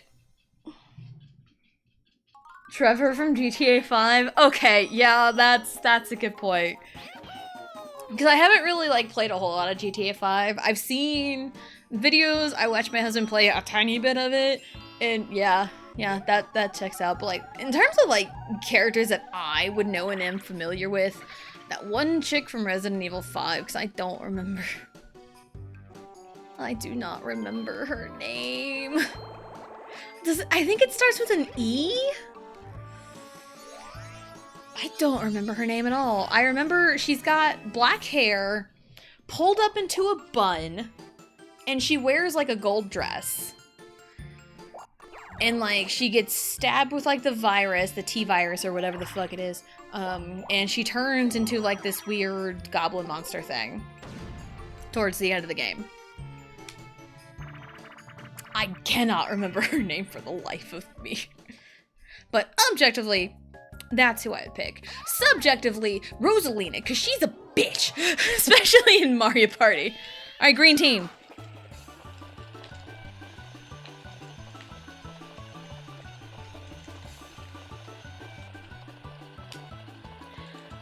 Why am I so bad at this now? I think they're cheating. I'm not doing very good on button mashing either right now, so...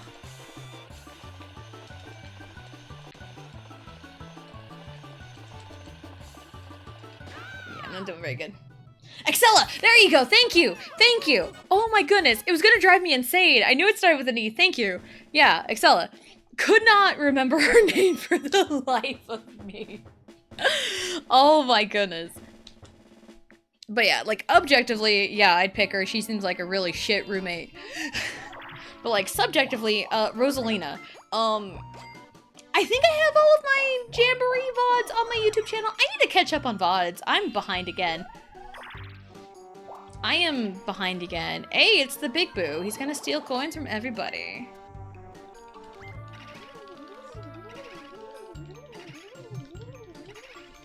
Oh my, look at everyone. I'm like 31 from me? Yo, that's ridiculous. That's ridiculous. And it's like, I was mashing like crazy. With the way I was mashing, it looks like I should be, you know, fighting them off like Mario and Peach were. But no, I wasn't fighting them off very well at all. Star's up here, isn't it? Yeah, it is. Okay, so, no, I need to decline. Disappointing. I know, I'm disappointed too. But yeah, like, subjectively, Rosalina, just go watch my Mario Party Jamboree VODs. Cause they're up on my YouTube channel. Same username, TessaJane18. There should be a playlist of like just Mario Party Jamboree stuff. I need to catch up on my VODs. I'm behind again. I hate it when I get like super far behind. I'll probably catch up Wednesday evening, Thursday, because like I'm not streaming on Thursday. So that'll be a chance to, because the way I kind of bulk upload my VODs is I upload them in like 2-hour increments in order. So,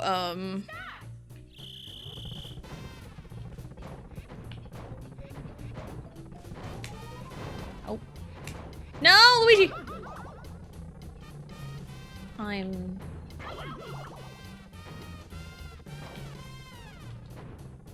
Why? No! Yeah, I was dead. I was dead to rights. It's fine. But yeah, Rosalina was such a bitch to me, and I hated her. And I've had problems with Rosalina in the past. Like, in Mario Galaxy 1, her introductory game, great character. Loved her there. But, like, after that, she's just become a bitch. But a lot of it is, like, the Rosalina fanboys. I really feel like the people who are just endlessly fawning over Rosalina have mommy issues. That's just my hot take there.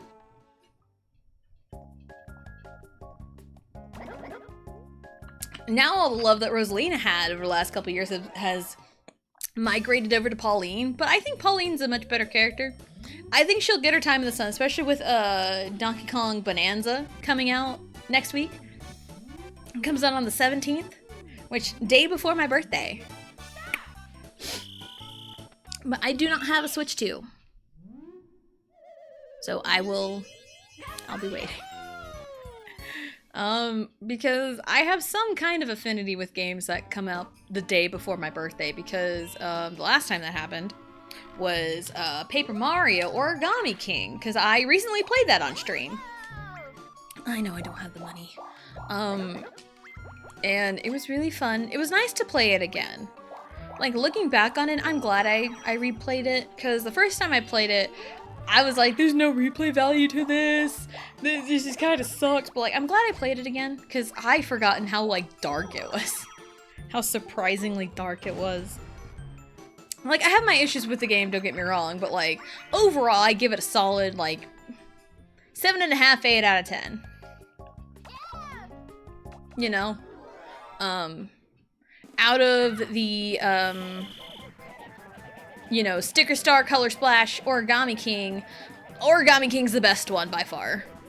I haven't played Sticker Star or Color Splash, but I've seen videos and playthroughs of both those games, and Color Splash is better than Sticker Star, but Origami King is better than both those. Sticker Star is the worst thing ever. It is awful. I think I would rage if I played that game. I think I would rage hardcore if I played Sticker Star.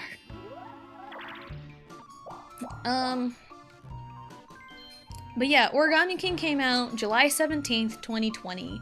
And, funny enough, that was the day, because a trailer for it just, like, dropped unexpectedly, just out of nowhere. And my husband pre-ordered it for me, because it was, like, you know, day before my birthday. Hey, that's a great birthday present. So, he pre-ordered it, and then the date came out, was when I found out I was pregnant with my youngest child. So that was a fun time. And then literally the next day on my birthday, we were going to this restaurant that has a whole big alcohol selection for my birthday. That was fun.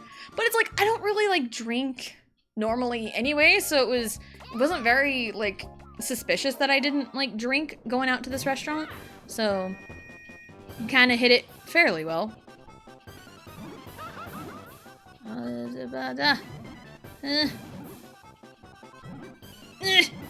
Oh, it's the watermelon duo again. I really don't want to think about watermelons or duos. Or watermelon duos. I really don't want to. No! Leave me alone, bitch! Leave me alone. No! No! I refuse. Get me out of here. No watermelons or duos this time.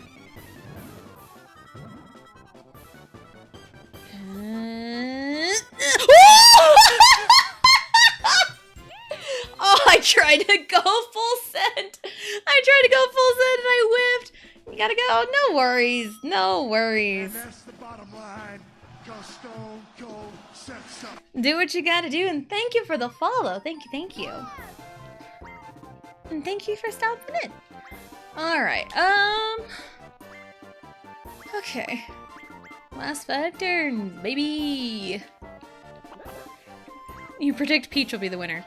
Yeah, suck it, Tessa! They predict I'm gonna be the winner. It's like, new Peach, you have 1 star, I have 8.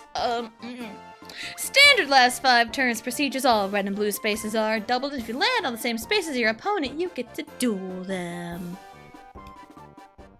There you go. They're standard for a reason. I say standard, they're only in like 3 games. Only 3 games where these last 5 turns procedures come in. 2, 3, and Jamboree. Which is kind of crazy, that big gap between 3 and Jamboree. Because I'm glad they added that back in for Jamboree, and I bumped my mic, I'm sorry. So I love doing my, standard last 5 turns procedures. All red and blue spaces are doubled, and if you land on the same space as your opponent, you get to duel them. It's great. It's amazing. It's so amazing. I'm going crazy. It's so amazing. Speaking of Yukis, because I mentioned Yukis earlier, because one of the Saja boys' singing voices is Kevin Wu, formerly of Yukis. And I really loved Yukis. Negoku roke roke mama nani. Hey! Am I Too Easy? Neverland is probably one of their biggest songs. Kunchinam-san, Neverland. Young in Neverland. Yeah. That's a really good one. I was never a Kevin bias. I was a Kisop bias. Kisop was my bias in Yukis. Yeah. I need to work on my button mashing. I used to be so good. I feel like it's something with the Pro controller. Because I feel like my mashing is just never as good. I don't know if it's just... Or maybe I'm just not good anymore.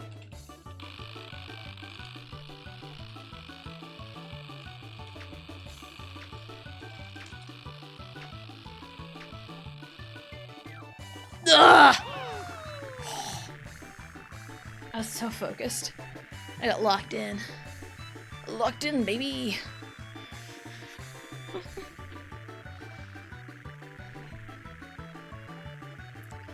Huh.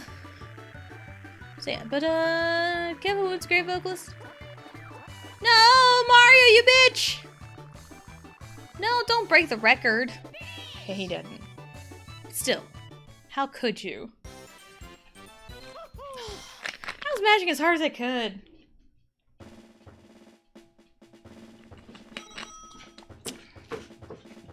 There's gotta be something up with that. I don't know, man. It's fine. It's fine.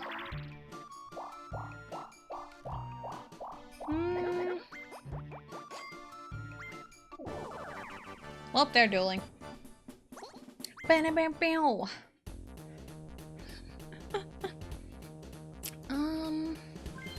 I do remember playing on Horrorland here. I do remember when I did my tier list on all the boards from Mario Parties 1 through 8. Oh.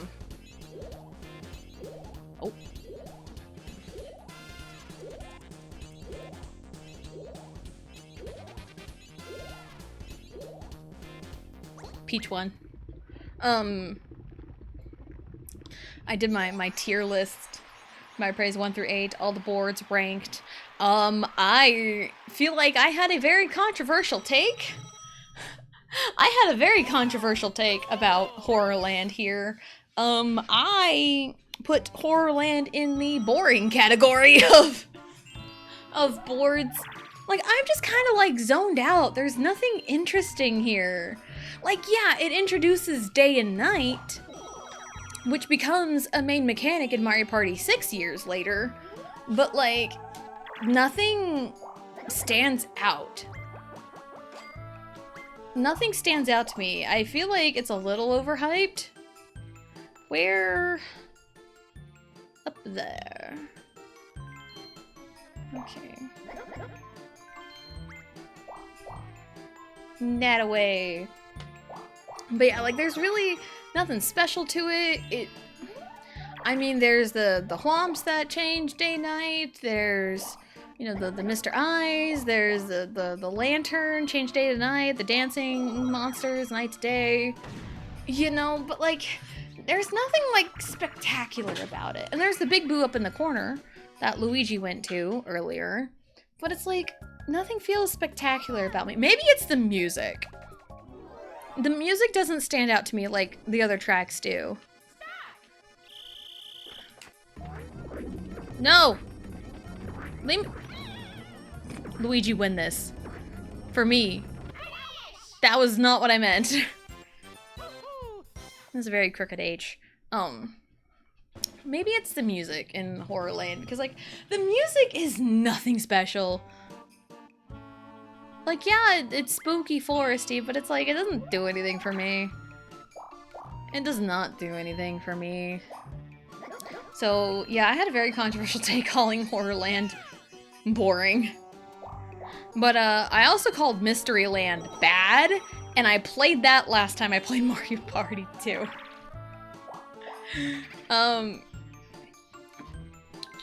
Yep. Yep. That was a good play. Like, I haven't really been focused on Luigi because Luigi's my green team buddy. But, you know, plans are in the works, so it's fine.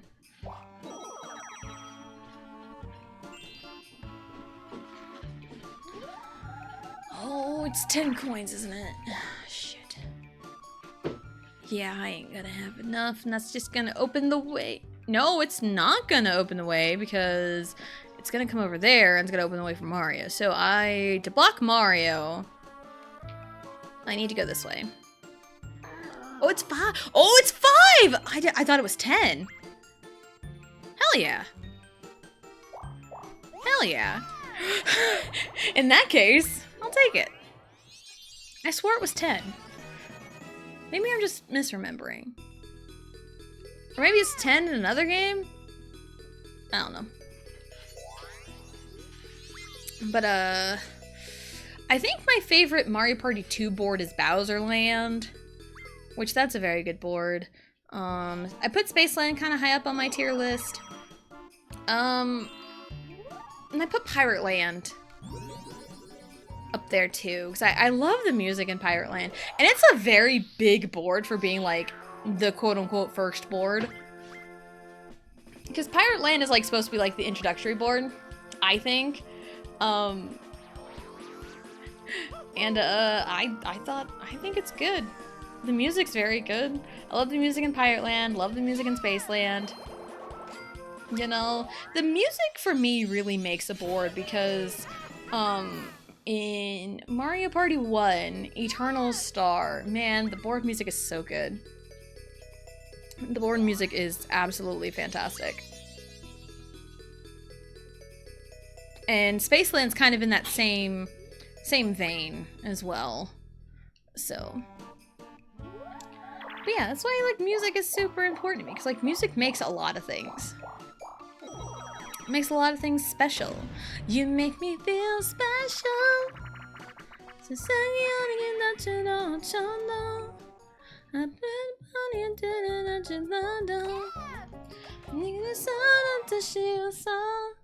That's what you do. Again, I feel special. Anyway, Feel Special is my favorite Twice song, if you couldn't tell. Twice does have a comeback. Twice is another group that I kind of miss the older stuff from... I say older stuff. Dang it, I lost there. I feel like Twice really had something special in 2019. And then they kind of lost me. More and More wasn't really in my music taste. And then I Can't Stop Me was like the last one I really liked. Then like in 2021, that was when Riley was born. And we kind of just lost track of K-pop as a whole because we had other things going on, because I almost died. Yeah, I think, almost dying. Why would you do this, Peach? Why? I'm not even trying. Just take my money. Just shut up and take my money. Yeah, I almost died in 2021, giving birth to my second child. So, yeah. So we had that to worry about, and then I don't really think we kind of got back into the swing of K-pop till like maybe a year later. We kept track of the groups that we really cared about. And we kept track of like Dreamcatcher, we kept track of Dreamcatcher, 17.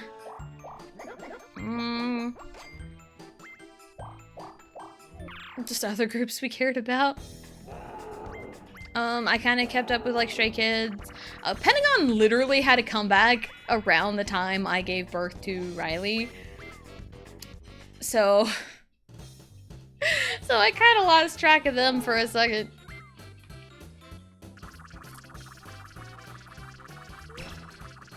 Like, I don't have any money to lose, so it'll be great. Yeah, all that money you earned, Peach? Haha, it's all gone.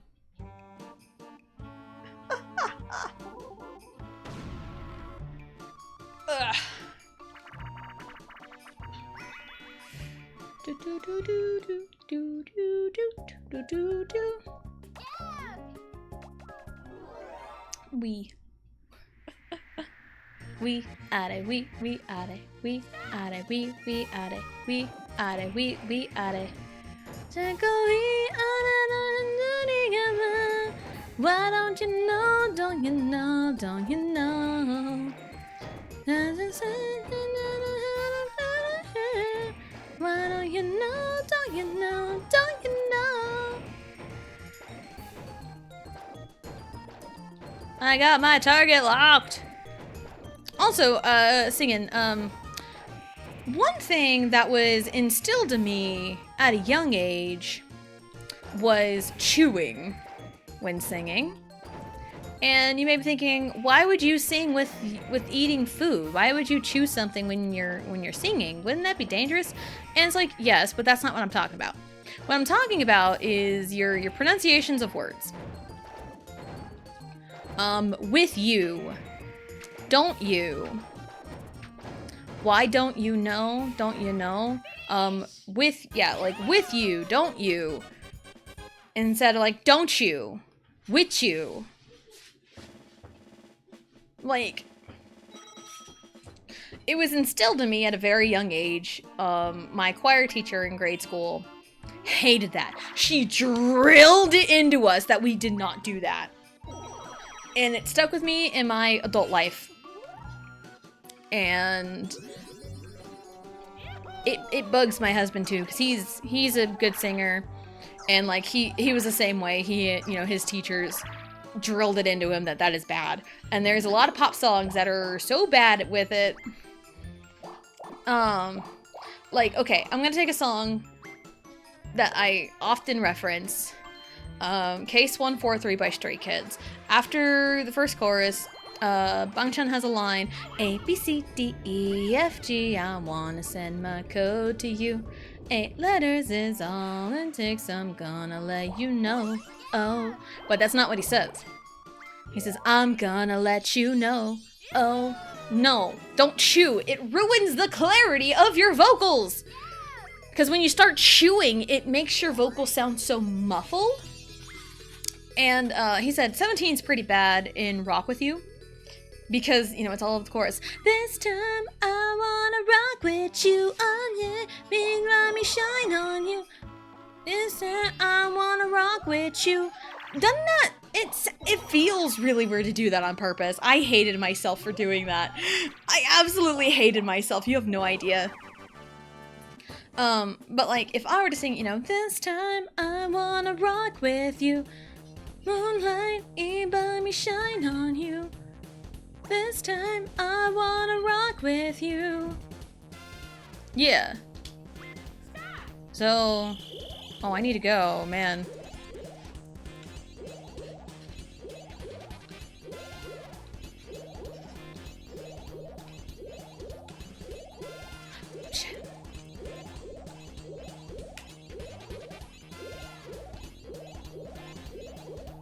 The panic is so real. I get so jittery and jumpy. But yeah, like the chew, it's like, it feels gross to sing it that way. And it sounds better when you don't chew. This time I wanna rock with you. Moonlight, by me shine on. And it's not just, oh, I'm a native English speaker, they're not. No, American pop singers do this too. It's a problem everywhere. So, it's a real easy habit to fall into, and I always make sure I mean, sometimes it slips depending on the context of the song and what I'm doing. But like more often than not, it's like yeah, more often than not, it's like a I refuse to chew. You know, like Bangtan's line, A, B, C, D, E, F, G, I wanna send my code to you. 8 letters is all it takes, I'm gonna let you know. Oh. Cause like that sounds so much better than let Chew know. Who's Chew? Who is Chew? Why are we chewing? Who are we chewing? Let's not chew somebody. Let's not. Ah! I also love who is Chew, and Chew is an actual member of a girl group named Luna. Remember the whole Stan Luna thing? Back before they even debuted, like, what, 2018? That drove me bonkers. That drove me so bonkers. The Stan Luna train. Someone's like, Stan Luna! And it's like, no. Some of their songs are good. And I think Luna was one of those cases where they were overhyped and underrated at the same time. Everyone but me, that's cool. I think I still win. I think I was like... Okay, so I had 8, Luigi had 7. I had more coins than he did, I think I won. Wizard Bowser! You're a wizard, Bowser!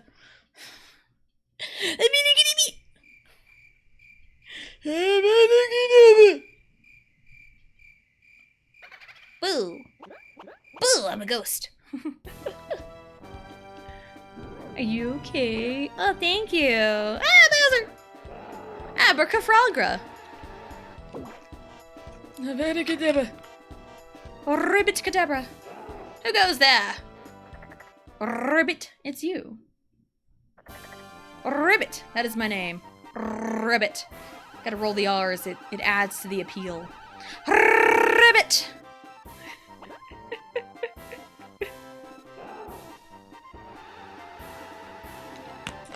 The moon looks like a bowling ball to me.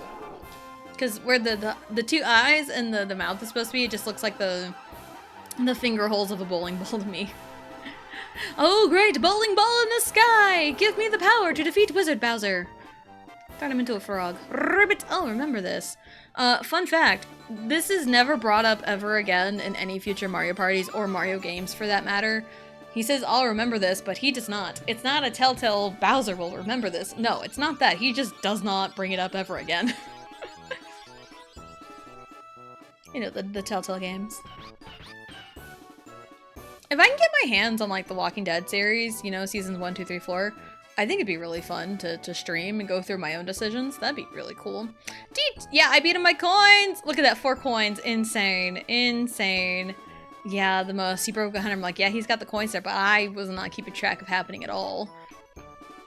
But I am glad. But, I mean, if Luigi did beat me, good on him, you know? Because, like, I'm okay with losing to Luigi.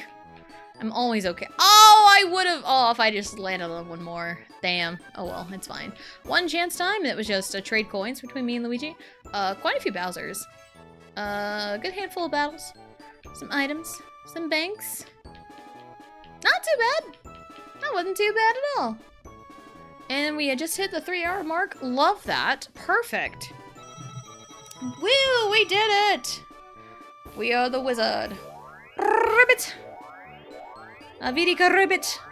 Avidika ribbit. Remember that TikTok? Anyone would, like, find a little bitty tiny stick that remotely looked like a wand, and they would just, like, point it and just go. So funny to me. There was a rogue tree branch that we found one time that looked like a wand. Like a magic wand from Harry Potter. It looked really cool. We still have it. It's up on our fridge. That'll be it for today. That'll be it for today. Schedule for the week tomorrow. We go back to Banjo-Kazooie. We go back to Banjo-Kazooie. And we do Rusty Bucket Bay. And that's gonna be a crazy adventure, Rusty Bucket Bay. Cause that is home to the hardest Jiggy in the game.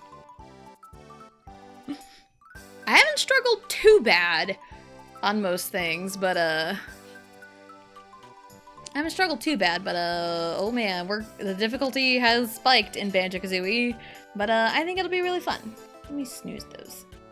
Because we don't need ads right now when we're ending. We don't need those. And I've said before, no stream Thursday, because my oldest daughter has a doctor's appointment on Thursday. Will you work?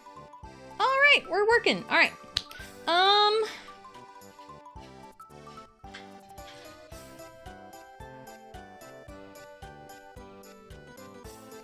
We'll go Abracafrabra because it just gives me life. That'll be our raid message. Yeah, Thursday, no stream. Turn up my volume.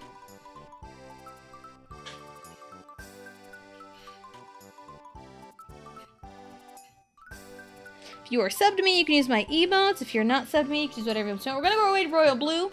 I just want to make sure the raid will work first. She's awesome. She's working on a webtoon.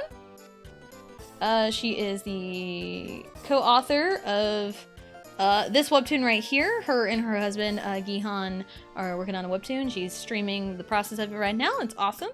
Yeah, no stream Thursday, but we'll continue Banjo-Kazooie on Friday. So this week is tomorrow Banjo, no stream Thursday, and Banjo Friday, and then Mondays are Xenoblade Chronicles X, Tuesdays and Thursdays are some kind of Mario Party, and Wednesdays and Fridays are Banjo-Kazooie / Banjo 2 weeks. So we're going to start that right after. So thank you for coming out and hanging out, and we will see you next time.